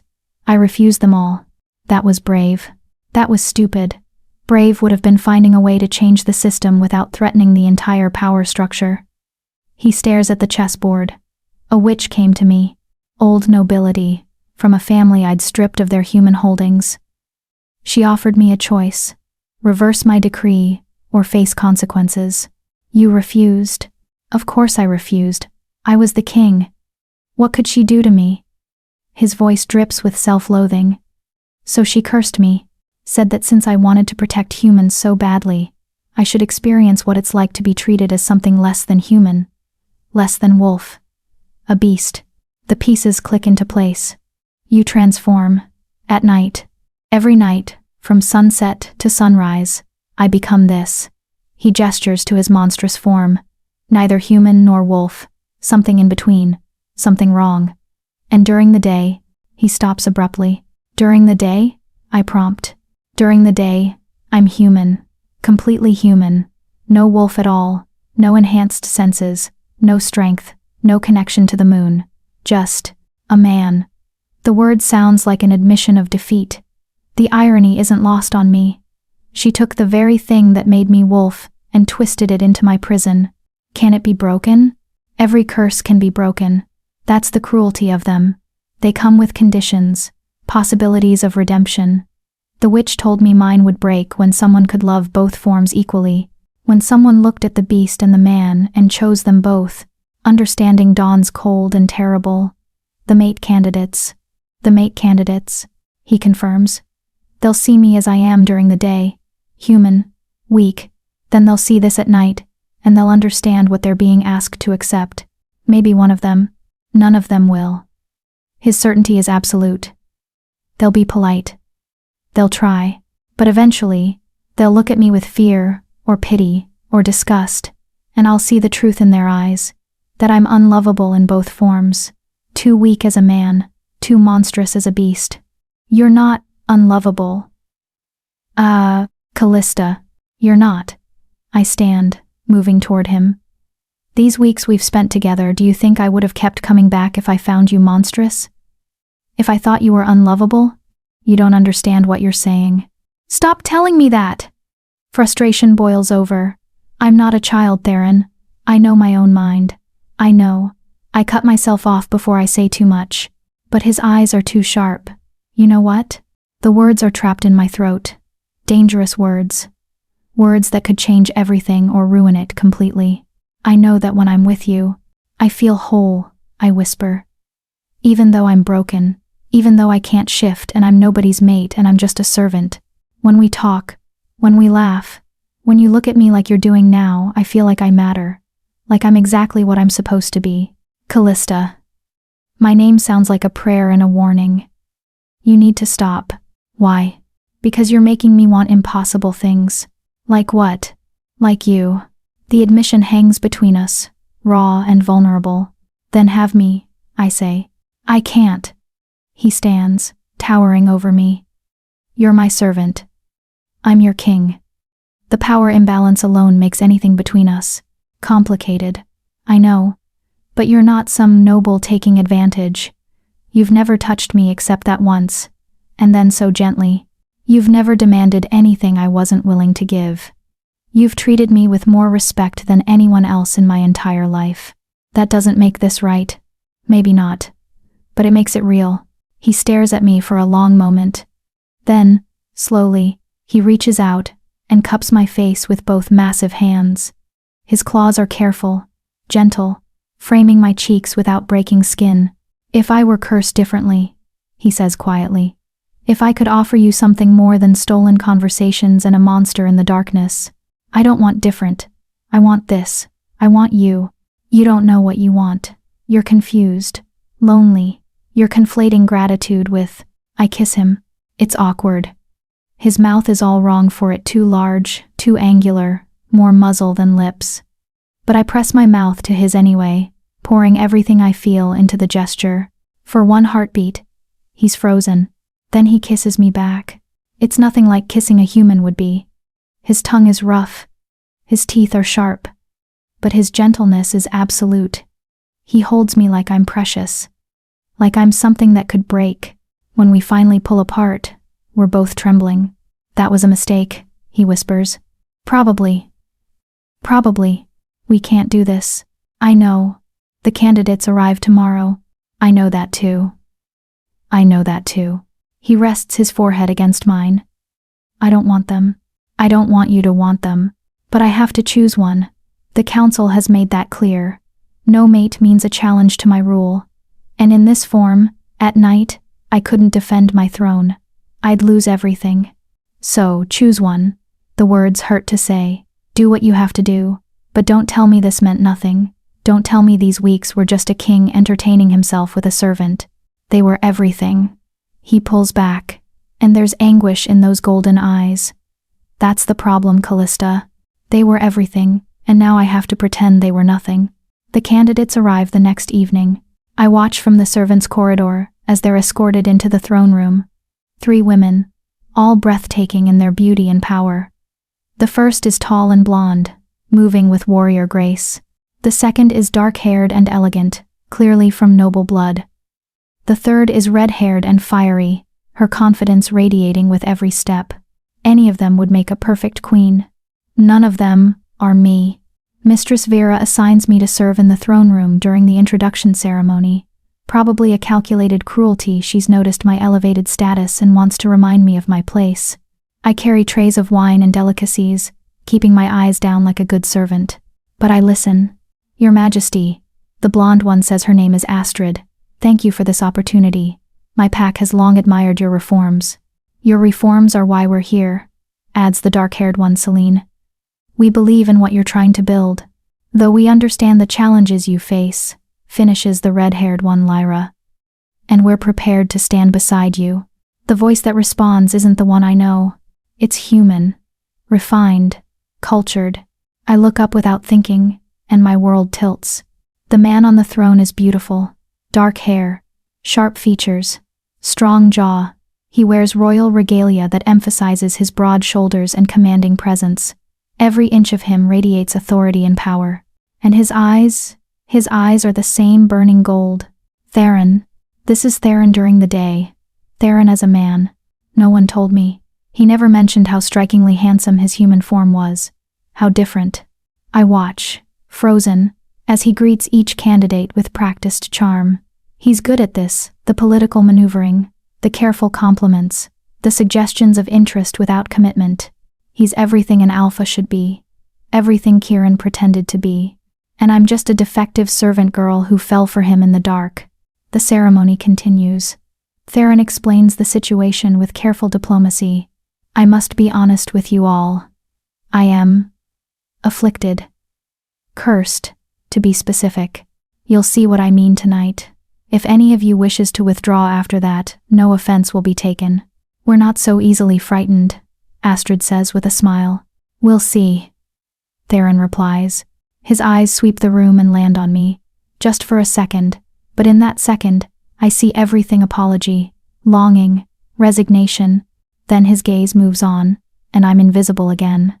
That night, I don't go to his chambers. I can't. The thought of seeing him after watching him charm 3 perfect candidates makes me feel sick. But just after midnight, there's a knock on my door. I open it to find Marta, looking harried. You're needed. The king's chambers. Now. I can't. It wasn't a request. She glances around nervously. He's in a state. Breaking things. The candidates heard the noise and asked what was happening. Mistress Vera sent me to fetch you because apparently you're the only one who can calm him. My heart sinks. The candidates know? They know something's wrong. They don't know what. Yet. She grabs my arm. Please. Callista. If he doesn't calm down, they'll demand to see him. And if they see him like that, I follow her through the corridors at a run. The sounds reach us before we arrive. Roaring, crashing, the unmistakable sound of furniture splintering. Other servants hover at a safe distance, fear etched on their faces. I push through to the red door. It's closed but not locked. Inside, chaos. The chamber is being systematically destroyed. Books torn apart, furniture smashed, curtains ripped from windows. And in the center of it all, Theron the Beast stands with his chest heaving, claws dripping blood from where he's torn his own hands on broken wood. Get out! He roars when he sees me. I close the door behind me. No. I said get out, and I said no. I step further into the room. Glass crunching under my feet. Theron, stop. You're hurting yourself. I don't care. Well, I do. I move closer, ignoring every instinct screaming at me to run. Talk to me. Tell me what's wrong. What's wrong? His laugh is jagged, broken. They're perfect, Callista. All 3 of them. Beautiful, strong, intelligent. Everything a queen should be. I know. And they looked at me today, at the human me, with interest, with possibility, with everything except fear. He picks up a chair and hurls it at the wall. Do you know what happens tomorrow? I'm supposed to spend the day with them. As a man. Courtship. Conversation. All the pretty lies of romance. That's good, isn't it? And then night falls, and they'll see this. He gestures violently at his monstrous form. And all that interest will die. It always dies. Because who could love this? Who could choose this? I could. The words stop him mid-motion. What? I could, I repeat, moving closer. I do. Choose this. Choose you. Both versions. The man and the beast. The king and the monster. All of it. You don't understand what you're saying. Stop. I grab his massive hand, ignoring the blood and claws. Stop telling me I don't understand. Stop treating me like a child who doesn't know her own heart. I've spent 3 weeks talking to you, laughing with you, learning from you. Do you really think I'd do all that if I didn't care? You're confused, grateful, you're in love with you. The words tumble out before I can stop them. I'm in love with you, Theron. And I know it's stupid and impossible, and you're about to choose a mate from 3 perfect candidates. But you asked for honesty in these chambers, and that's my honesty. I love you, both yous. All of you. He stares at me. And something in his expression breaks. Callista, you don't have to say it back. I know you can't. I know tomorrow you'll choose one of them and this will end. But at least let me say it once. Let me tell you that someone looked at the beast and the man, and chose them both. That someone loved you exactly as you are. Stop. His voice is barely a whisper. Please stop. Why? Because you're breaking the curse. I freeze. What? The curse breaks when someone loves both forms equally. When someone chooses the man and the beast without fear or reservation. When he can't continue. When someone says what I just said. I finish. Yes. We stand in the destroyed chamber, the weight of realization crushing us both. So it's broken? I ask. The curse? I don't know. Maybe. Curses are tricky. There might be more conditions. Or, he pulls away from me. Or the moon goddess is crueler than I thought. What do you mean? You're my servant, Callista. Defective, rejected, unwanted by your own mate. Even if you broke the curse, even if you love me, what kind of life could we have? You'd be the king's consort, a former servant. The nobles would never accept it. The council would revolt. Everything I've built would crumble. The truth of it hits me like a physical blow. But the candidates, they're appropriate. They come from good families. They have political connections. They could stand beside me without causing a civil war. His voice is hollow.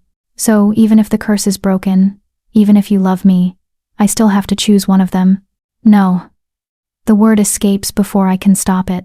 I have to. No, you don't have to do anything. You're the king. You make the rules. The king serves his people. And his people need stability, not scandal. So what was all this? I gesture at the space between us.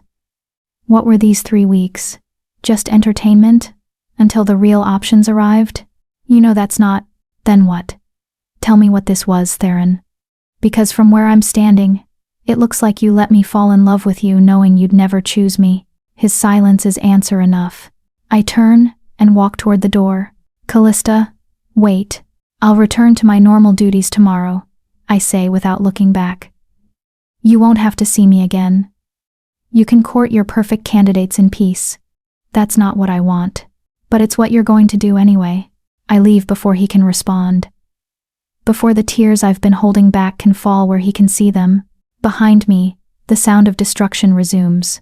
Louder than before, more desperate. But I don't go back. I've already given him everything. My trust. My time. My heart. And he's chosen politics over all of it. Just like Kieran chose my sister. Just like my parents chose their reputation. Just like everyone always chooses something anything over me. Chapter 8. 1 year later. The cottage sits on the edge of the neutral territories, far from any pax jurisdiction. It's small, just 2 rooms, and a hearth. But it's mine. Paid for with wages Theron arranged before I left the castle. Even in exile, he takes care of me. I hate that I still love him for it. The morning is gray and cold, autumn bleeding into early winter. I'm sitting at my small wooden table, transcribing a manuscript for a human merchant who doesn't ask questions about why a wolf-kind woman lives alone in the wilderness. The work is tedious, but it pays, and it keeps my mind occupied. Mostly occupied. I still think about him every day, every night. Wonder if he chose one of the candidates. Wonder if the curse broke, Or if he's still transforming. Wonder if he ever thinks about the defective servant girl who loved him in the darkness. A knock on my door interrupts my brooding. I'm not expecting anyone. The merchant isn't due for another week, and the human villagers 3 miles south generally leave me alone. I've made it clear I want solitude, and they respect that. I open the door to find Marta. She looks older than I remember, more lines around her eyes, gray threading through her hair, but her expression is the same mixture of concern and exasperation she always wore when dealing with me. "You're a hard woman to find," she says without preamble. That was intentional. I step aside to let her in. "What are you doing here?" "Bringing news, and checking to make sure you're not dead in a ditch somewhere." She surveys the cottage with a critical eye. "This is what you left for?" "It's barely a shack. It's peaceful. It's lonely." She sits at my table, uninvited. "But I suppose that's what you wanted." I pour her tea from the kettle on the hearth. "Why are you here, Marta?" "The king is getting married." The words hit me like a fist to the chest. I manage to keep my expression neutral, but my hands shake as I set down the teapot. "Which one?" I ask. "Which candidate did he choose?" "None of them." "None of them?" I look up sharply. "What?" "He rejected all 3. Spent 3 months in courtship, then sent them home with generous gifts and diplomatic apologies." Marta accepts the tea with a nod of thanks. The council was furious. But he's the king. What could they do? "Then who?" "A princess from the Eastern Territories. Serafina of House Morgrave. Beautiful, they say. Elegant. Perfect political match. Her family controls the mountain passes, and an alliance would secure trade routes for decades. I should feel relieved. Should feel vindicated. He didn't choose the candidates. But instead, I just feel hollow. He still didn't choose me. "When?" I ask. 3 days. Autumn equinox. There's going to be a massive celebration. Every alpha, every noble family, representatives from the human kingdoms. Marta watches me carefully. "I thought you should know." "Why? What difference does it make?" "Because I've seen the king this past year, Callista.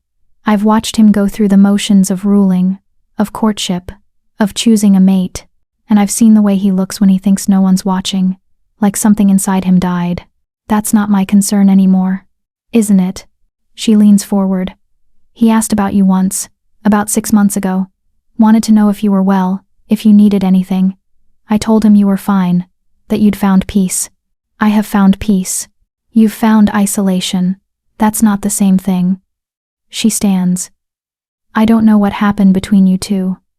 The servants gossip, but no one knows for certain. What I do know is that you both looked alive when you were together. And now you both look like you're just surviving. What do you want me to do, Marta? Storm the wedding? Declare my love in front of 300 nobles? I'm a servant. A defective wolf.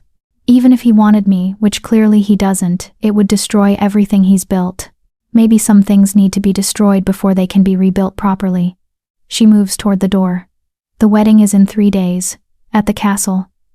If you wanted to, attend. I could arrange for you to be included in the servant retinue. No one would question it. I'm not going. That's your choice. But Callista?" She pauses at the threshold. "Don't let fear make your decisions. You've already lost so much. Don't lose the chance to at least tell him the truth one more time." She leaves before I can respond. I stand in my cottage, surrounded by silence and solitude, and realize I'm crying. 2 days later, I'm still thinking about Marta's visit. I tell myself I'm not going. That attending Theron's wedding would be masochistic.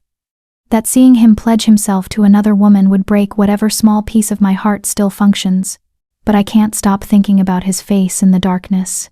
His voice saying, "You're going to break my heart, little wolf." His kiss, gentle despite his monstrous form. I can't stop thinking about the question he never got to ask. The riddle had 3 parts. Given freely, binding absolutely, capable of lasting forever, or shattering in a moment. A promise. And what's a marriage ceremony but the ultimate promise? Given before witnesses, meant to last a lifetime, breakable only through death or betrayal. He's going to stand before everyone and make a promise to someone who isn't me, and I'm going to let it happen because I'm too afraid to fight for what I want.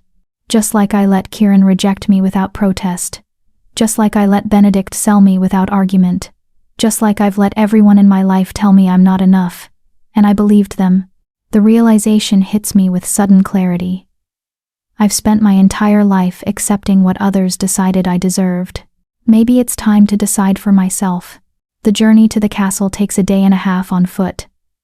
I arrive the evening before the wedding, exhausted and filthy from the road. The castle is transformed. Banners fly from every tower. Lanterns illuminate every window. The courtyards are filled with carriages and horses and nobles in their finest clothes. I find Marta in the servants' quarters. She doesn't look surprised to see me. "I knew you'd come," she says simply. "I need to see him. Before the wedding. Just once." "That's not possible. He's in the royal wing, surrounded by advisors and family members." "You'd never get close." "Then I'll see him at the ceremony." "And do what? Object when they ask if anyone opposes the union?" Marta shakes her head. "They'll have you removed. Possibly arrested." "I don't care." "Yes, you do. You care very much. That's why you're here." She studies me for a long moment. "There might be another way. The ceremony is in the grand hall. Servants will be present to serve wine, manage the feast. I can get you in as part of the retinue. And then you wait for your moment. If it comes, you'll know." The wedding day dawns clear and bright. I'm dressed in standard servant livery, black dress, white apron, my hair pulled back severely. I look like every other servant, invisible and interchangeable. Perfect. The grand hall is magnificent. Thousands of candles, flowers everywhere, white roses and moonflowers. Every seat is filled with wolves in their finest clothes. Alphas, betas, nobles from a dozen different packs. At the front, on a raised platform, stands Theron. He's in his human form, it's daylight, so of course he is. He wears formal regalia, all black and silver. And he's devastatingly handsome. Regal. Every inch the Wolf King, but his eyes are empty. I position myself along the wall with the other servants, trying not to stare, trying to breathe normally. Music begins. The crowd rises, and Serafina enters. She's ethereal, pale skin, silver blonde hair, wearing a gown that looks like it's made of moonlight itself. She moves with practiced grace, her smile serene and confident. She's everything I'm not, everything a queen should be. The ceremony begins. A high priest speaks about the sacred nature of the mate bond, ironic, since this isn't a fated bond at all, just a political arrangement. He talks about duty and honor, and the responsibilities of leadership. No one mentions love. Serafina takes Theron's hands. They face each other, while the priest continues his litany. "Do you, Theron Blackthorn, king of the Northern Territories, take this woman as your mate and queen? Do you promise to honor her, protect her, and stand beside her for all your days?" Theron's jaw tightens. The doors to the hall explode inward. Not metaphorically. Actually explode. Armed wolves pour through 20, maybe 30 of them. They move with coordinated precision, spreading through the hall. Guests scream. Guards rush forward. And then I see him. Kieran. My former mate stands at the head of the attackers, his face twisted with rage. "This wedding is a sham," he roars. "King Theron has been lying to you all. He's cursed, defective, unfit to rule." Chaos erupts. Nobles scramble for exits. Guards draw weapons. The priest tries to maintain order, but his voice is lost in the noise. Theron moves in front of Serafina, protective. "Stand down, Ashwood. You're committing an act of war." Am I? Or am I exposing a fraud? Kieran gestures to his wolves. "Tell them, Your Majesty. Tell them about the curse. Tell them how every night you transform into a monster. Tell them how you're more beast than man. My condition is not relevant to my ability to rule. Your condition makes you weak." Kieran's eyes gleam with ambition. "A cursed king cannot defend his throne. And since you've conveniently refused to take a strong mate, you've left yourself vulnerable. The council will see that. I'll make sure of it. This isn't about truth or honor. This is a coup." Kieran's wolves move closer to the platform. The king's guards form a protective barrier, but they're outnumbered. More importantly, they look uncertain. Cursed. The word spreads through the crowd like poison. Theron stands his ground, but I can see the calculation in his eyes. He's assessing his chances, realizing he might lose. And then Kieran draws a crossbow. "Don't make this messier than it needs to be," he says, aiming at Theron's heart. "Abdicate, walk away. I'll take the throne and unite the packs properly, the way a real king should." Everything happens at once. I'm moving before I decide to move. Pushing through the crowd of servants, running toward the platform. "Callista, no!" Marta's voice behind me, but I don't stop. Kieran's finger tightens on the trigger. I throw myself between Theron and the crossbow. The bolt hits me in the shoulder, spinning me sideways. Pain explodes through my body, white-hot and overwhelming. I hear screaming mine, maybe, and then strong arms catch me before I hit the ground. "No, no, no," Theron's voice, raw with panic. "Callista, what have you done?" "Stopped him," I gasp. Blood soaks through my dress, hot and sticky. "From killing you." "You foolish," he can't finish. His hands are shaking as he tries to staunch the bleeding. Around us, the hall has gone completely silent. Kieran lowers the crossbow, staring at me with something like recognition. "You, the defective one." My hay cuts himself off. "Why would you?" "Because I love him." The words come easily now, with death possibly moments away. "Because he's worth saving. Because he's a better king and a better man than you'll ever be." Kieran's face twists. He's cursed. So am I. I look up at Theron, whose human face is streaked with tears. We're both broken, but we chose each other anyway. And then, as I watch, something impossible happens. The sunlight streaming through the windows shifts. Dims. Like night is falling hours too early. No, not night. Magic. Theron's body begins to change, but not into the beast I know. Into something else. Into both forms at once. Somehow. His features sharpen. His eyes blaze gold. Power radiates from him in waves that make the air shimmer. The curse isn't breaking. It's transforming. "You need to leave," Theron says to Kieran. His voice is layered now, human and beast at once. "Now. Before I forget, I'm supposed to be civilized. You're a monster." "Yes." Theron stands, still holding me against his chest. "I'm a monster, and you just tried to murder my mate." The word mate silences the entire hall. "She's not your mate," Kieran sputters. "She's defective, rejected. She was mine and You rejected her, which makes her available." Theron's smile is all teeth. "And she just saved my life. Declared her love publicly. Fulfilled every condition of the curse, not to break it, but to master it. So yes, Kieran Ashwood, she's my mate, my queen, and you just committed an act of war against the crown." The king's guards finally move, surrounding Kieran and his wolves. The coup attempt collapses as quickly as it began, but I barely notice. The pain in my shoulder is fading, replaced by a strange warmth. The mate bond, not the torn, broken thing I felt with Kieran, but something new. Something whole. It floods through me like sunlight, connecting me to Theron in ways I didn't know were possible. "The curse," I whisper. "Did it break?" "No. Better." He looks down at me, and his transformed face is beautiful in its own way. "It integrated. I can control it now. Choose when to shift, when to be human, when to be this. Because you loved me enough to see past the binary, to accept that I could be both. I told you I did. You did. And then you proved it by taking a crossbow bolt for me, which was incredibly stupid, by the way. You're welcome." He carries me toward the platform, where the high priest stands frozen in shock. Serafina has retreated to a safe distance, looking equal parts relieved and annoyed that her wedding was interrupted. "New plan," Theron announces to the assembled crowd. "Serafina of House Morgrave, I apologize, but I cannot marry you. My heart belongs to another." "Clearly," Serafina says dryly. "Though I wish you'd figured that out before I traveled 3 weeks to get here. I'll make reparations. Triple the bride price. Exclusive trade agreements. Whatever you want." I want to go home and tell everyone I dodged an absolutely chaotic marriage. She inclines her head. But the trade agreements would be appreciated.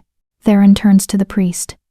Can you modify the ceremony? Same vows, different bride? The priest looks at me, bloody, defective, obviously common, and then at Theron's transformed face. He's clearly reconsidering his career choices. I suppose, he manages. Excellent. Theron sets me down carefully, keeping one arm around my waist to hold me upright. Callista, will you marry me? Right now, in front of all these witnesses, with absolutely no time to think about what a terrible idea this might be? I laugh, which makes my shoulder scream in protest. That's the worst proposal I've ever heard. It's the only proposal you've ever heard. Fair point. I look up at him, at his impossible face that's somehow both human and beast, beautiful and monstrous. Ask me the riddle. Understanding lights his eyes. Very well. I am given but never taken. I bind the strongest, break the weak. I can be kept for a lifetime, or shattered in a moment. What am I? A promise, I say. And yes, Theron, I'll marry you, I promise. The ceremony is chaos. Half the nobles are still processing the coup attempt. The other half are scandalized that their king is marrying a servant. Kieran and his wolves are being escorted to the dungeons. Serafina is negotiating trade agreements with Theron's advisors. And I'm standing on a platform in a blood-soaked dress, holding hands with a transformed wolf king, making promises that will bind us for life. The priest rushes through the vows, clearly eager to finish before anything else explodes. Do you, Theron Blackthorn, take this woman? I do. As your mate and queen. I do. To honor and protect. Yes, yes, I do. Get to her part. The priest turns to me, flustered. And do you, Callista? Thorn, I supply. Callista Thorn, take this man as your mate and king? I look at Theron. At his gold eyes that see me completely. At his hands holding mine with infinite gentleness despite the claws. I do. Then by the power vested in me by the moon goddess herself, I declare you married. Yes, we're married. Theron pulls me against him and kisses me before the priest can finish. This kiss is different from our first one in his chambers. It's public, binding, a promise made flesh. When we finally break apart, the hall is silent. Then someone starts clapping. Slowly at first, then louder.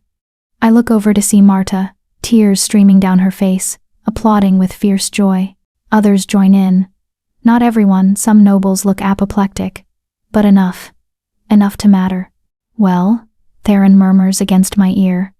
That could have gone worse. You're right. I could have died. Don't joke about that, ever. He holds me tighter. You were willing to die rather than let Kieran take the throne. That's different. How? Because I'm expendable. You're not. That's the stupidest thing you've ever said. And you've said a lot of stupid things. He laughs, really laughs, warm and free. The sound fills the hall like music. Come on, he says, scooping me up again. Let's get that shoulder treated before my new queen bleeds to death at her own wedding. What about the feast? The celebrations? They can celebrate without us. I've spent a year pretending to be something I'm not. I'm done pretending. He carries me toward the exit. Besides, we have a promise to keep. Which promise? All of them. Epilogue. 1 month later. I wake in our chambers, not the destroyed room from my servant days, but the royal suite in the eastern tower. Sunlight streams through windows that overlook mountains stretching endlessly toward the horizon. Theron is already awake, sitting at his desk reviewing documents. He's in his human form this morning, though I know he'll shift to his integrated form this evening. He's learned to control it, to move between forms as easily as breathing. The curse didn't break. It evolved, became something he could master rather than something that mastered him, much like everything else in our new life. You're staring, he says without looking up. I'm admiring. There's a difference? Not really. He sets down his papers and turns to face me. Even in human form, his eyes are that same burning gold. How's the shoulder? I roll it experimentally. The wound healed weeks ago, thanks to the pack healers and, if I'm honest, the mate bond that now pulses between us constantly. Perfect. Good. Because we have a situation. My stomach tightens. What kind of situation? The diplomatic kind. Apparently, your former pack wants to re-establish relations. They've sent a representative to discuss trade agreements. His smile is sharp. Care to guess who? No. Your sister, Mira. The one who stole your mate and your place. I sit up slowly. She's here? In the guest wing. She arrived this morning with a formal delegation. Lots of groveling about misunderstandings and renewed alliances. He watches me carefully. Do you want to see her? Do I? A month ago, the answer would have been no. Would have been never. The thought of facing Mira after everything that happened after Kieran's coup attempt, after learning that he'd been planning to overthrow Theron all along, would have been unbearable. But now I'm queen. Now I have a mate who looks at me like I hung the moon. Now I have purpose and power and a future that's mine to shape. Yes, I say. I want to see her, not because I need closure or revenge, but because I want her to see what she missed, what they all missed when they looked at me and saw nothing. Theron crosses to the bed and pulls me into his arms. You're vicious when you're confident. I love it. I learned from the best. Flattery will get you everywhere. That's the plan. We stay like that for a moment, tangled together in sunlight and silk sheets. Then he pulls back with a sigh. We should get dressed. The council meeting starts in an hour, and they're already nervous about the changes we're implementing. Let them be nervous. Change is uncomfortable. Spoken like a revolutionary. I learned that from you too. He grins, that smile that transforms his entire face, makes him look younger, lighter. Come on, my love. Let's go rule a kingdom and terrify your sister. In that order. The meeting with Mira happens in the throne room. I wear my crown, a delicate thing of silver and moonstone and formal regalia that makes me look every inch the queen. Theron sits beside me on his throne, in his integrated form today, a reminder to everyone that the curse no longer controls him. When Mira enters, her confidence falters. She's still beautiful, still perfect, but there's something brittle about her now, something strained. Your Majesties, she says, dropping into a curtsy that's just a beat too late to be properly respectful. Mira Ashwood, I say, using her married name deliberately. What brings you to our court? I come on behalf of the Silvercrest pack. Alpha Ashwood extends his greetings and hopes to re-establish. Alpha Ashwood, Theron interrupts, his voice cold, attempted to murder me and usurp my throne. Why would we re-establish anything with a traitor? Mira's composure cracks slightly. That was a misunderstanding. Kieran was misled, fed false information about your Majesty's condition. He thought he was acting in the best interest of, he thought he could seize power. I correct gently. And he failed. Now he's serving 10 years in the southern work camps for attempted regicide. I assume you're aware? Yes. The word is barely a whisper, and yet you came anyway, on behalf of the pack that rejected me, sold me, and then tried to kill my mate. I lean forward slightly. Why should I care what happens to Silvercrest? Because, Mira swallows hard, because your family. The word hangs in the air. Family. I repeat. Family stood beside Kieran when he rejected me publicly. Family said nothing when Benedict sold me to pay debts I didn't incur. Family chose you over me every single time it mattered. Callista, please. Queen Callista, Theron corrects sharply. You address her properly, or you leave. Mira's face flushes. Queen Callista, I'm sorry.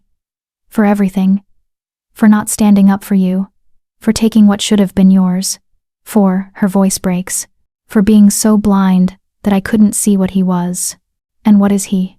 A monster. Not like, she gestures at Theron. Not like His Majesty, who's honest about his nature, but the hidden kind, the kind that smiles while destroying everything around him. There's real pain in her voice.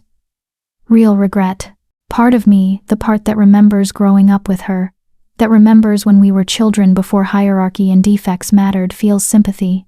The rest of me remembers standing in that ceremonial hall, while my mate and my sister celebrated their future together. I forgive you, I say finally. Mira's eyes widen with hope. But I don't forget, and I won't help Silvercrest. Your pack made its choice when it chose Kieran over honor, when it chose appearance over integrity. Those choices have consequences. But the pack members, they're innocent. They need a new alpha. Someone who understands that strength isn't the same as cruelty. That leadership requires sacrifice. I stand, and Mira automatically steps back. Here's what I'll offer. The Wolves of Silvercrest may petition to join other packs. We'll facilitate the transitions. But the pack itself? It's dissolved. No more Silvercrest. No more Ashwood legacy. You can't. I can. And I just did. I move down from the platform until I'm standing directly in front of her. We're the same height, but somehow I feel taller. You wanted me to care because we're family. Fine. As family, I'm telling you the truth. Silvercrest was rotten long before Kieran's coup. It was rotten when it taught us that being different meant being worthless. When it sold defective wolves to pay debts. When it valued power over people. So you're just going to destroy everything? No. I'm going to give everyone a chance to start over. Somewhere better. Somewhere that won't treat them as disposable. I step back. You're dismissed. Safe passage back to Silvercrest territory is guaranteed. What you do after that is your choice. Mira stares at me for a long moment. Then, quietly, you've changed. Yes, I have. Are you happy? The question surprises me. I look back at Theron, who's watching me with pride and love and infinite patience. Yes, I say. I'm happy, finally. Mira nods once, then turns and leaves. I don't watch her go. Don't feel the need to. That chapter of my life is closed. That night, in our chambers, Theron asks me if I regret my decision. About Silvercrest? No. About any of it. Coming to the castle, taking that crossbow bolt, marrying me in the middle of a coup. He pulls me against his chest. I've given you a complicated life, Callista. More complicated than you would have had if you'd just stayed in exile. SQS. Exile wasn't living. It was just surviving in a different location. Still, I turn in his arms to face him. Do you know what the riddle taught me? The real lesson? What? That promises are only as strong as the people who make them. That binding yourself to someone really binding yourself requires choosing them every single day. Not just once. Not just when it's easy. Every day, through every challenge. And I choose you. Every day. Even on the hard days. Even when politics get messy and nobles complain and former sisters show up asking for things I can't give. I choose you. He kisses me then, deep and thorough. When we break apart, he's smiling. I choose you too, little wolf. Even though you're stubborn and reckless and occasionally infuriating. Only occasionally? I'm being generous. Generous. Is that what we're calling it? He growls, playful and warm, and pulls me back down onto the bed. Outside, the castle sleeps. Inside, we make promises with our bodies that our words already sealed. And somewhere, in the space between heartbeats, I realize, this is what happily ever after actually looks like. Not perfect. Not easy. But real. And chosen. And ours. If you enjoyed this story of rejection, redemption, and finding love in the darkness, you'll love this book, titled Rejected by the Alpha, a glow-up revenge romance that will keep you turning pages all night long. Link is in the description below. Don't forget to like this video, subscribe to the channel, and hit that notification bell so you never miss our next emotional story. What did you think of Rowan and Theron's journey? Drop your thoughts in the comments below. Thanks for listening, and I'll see you in the next story.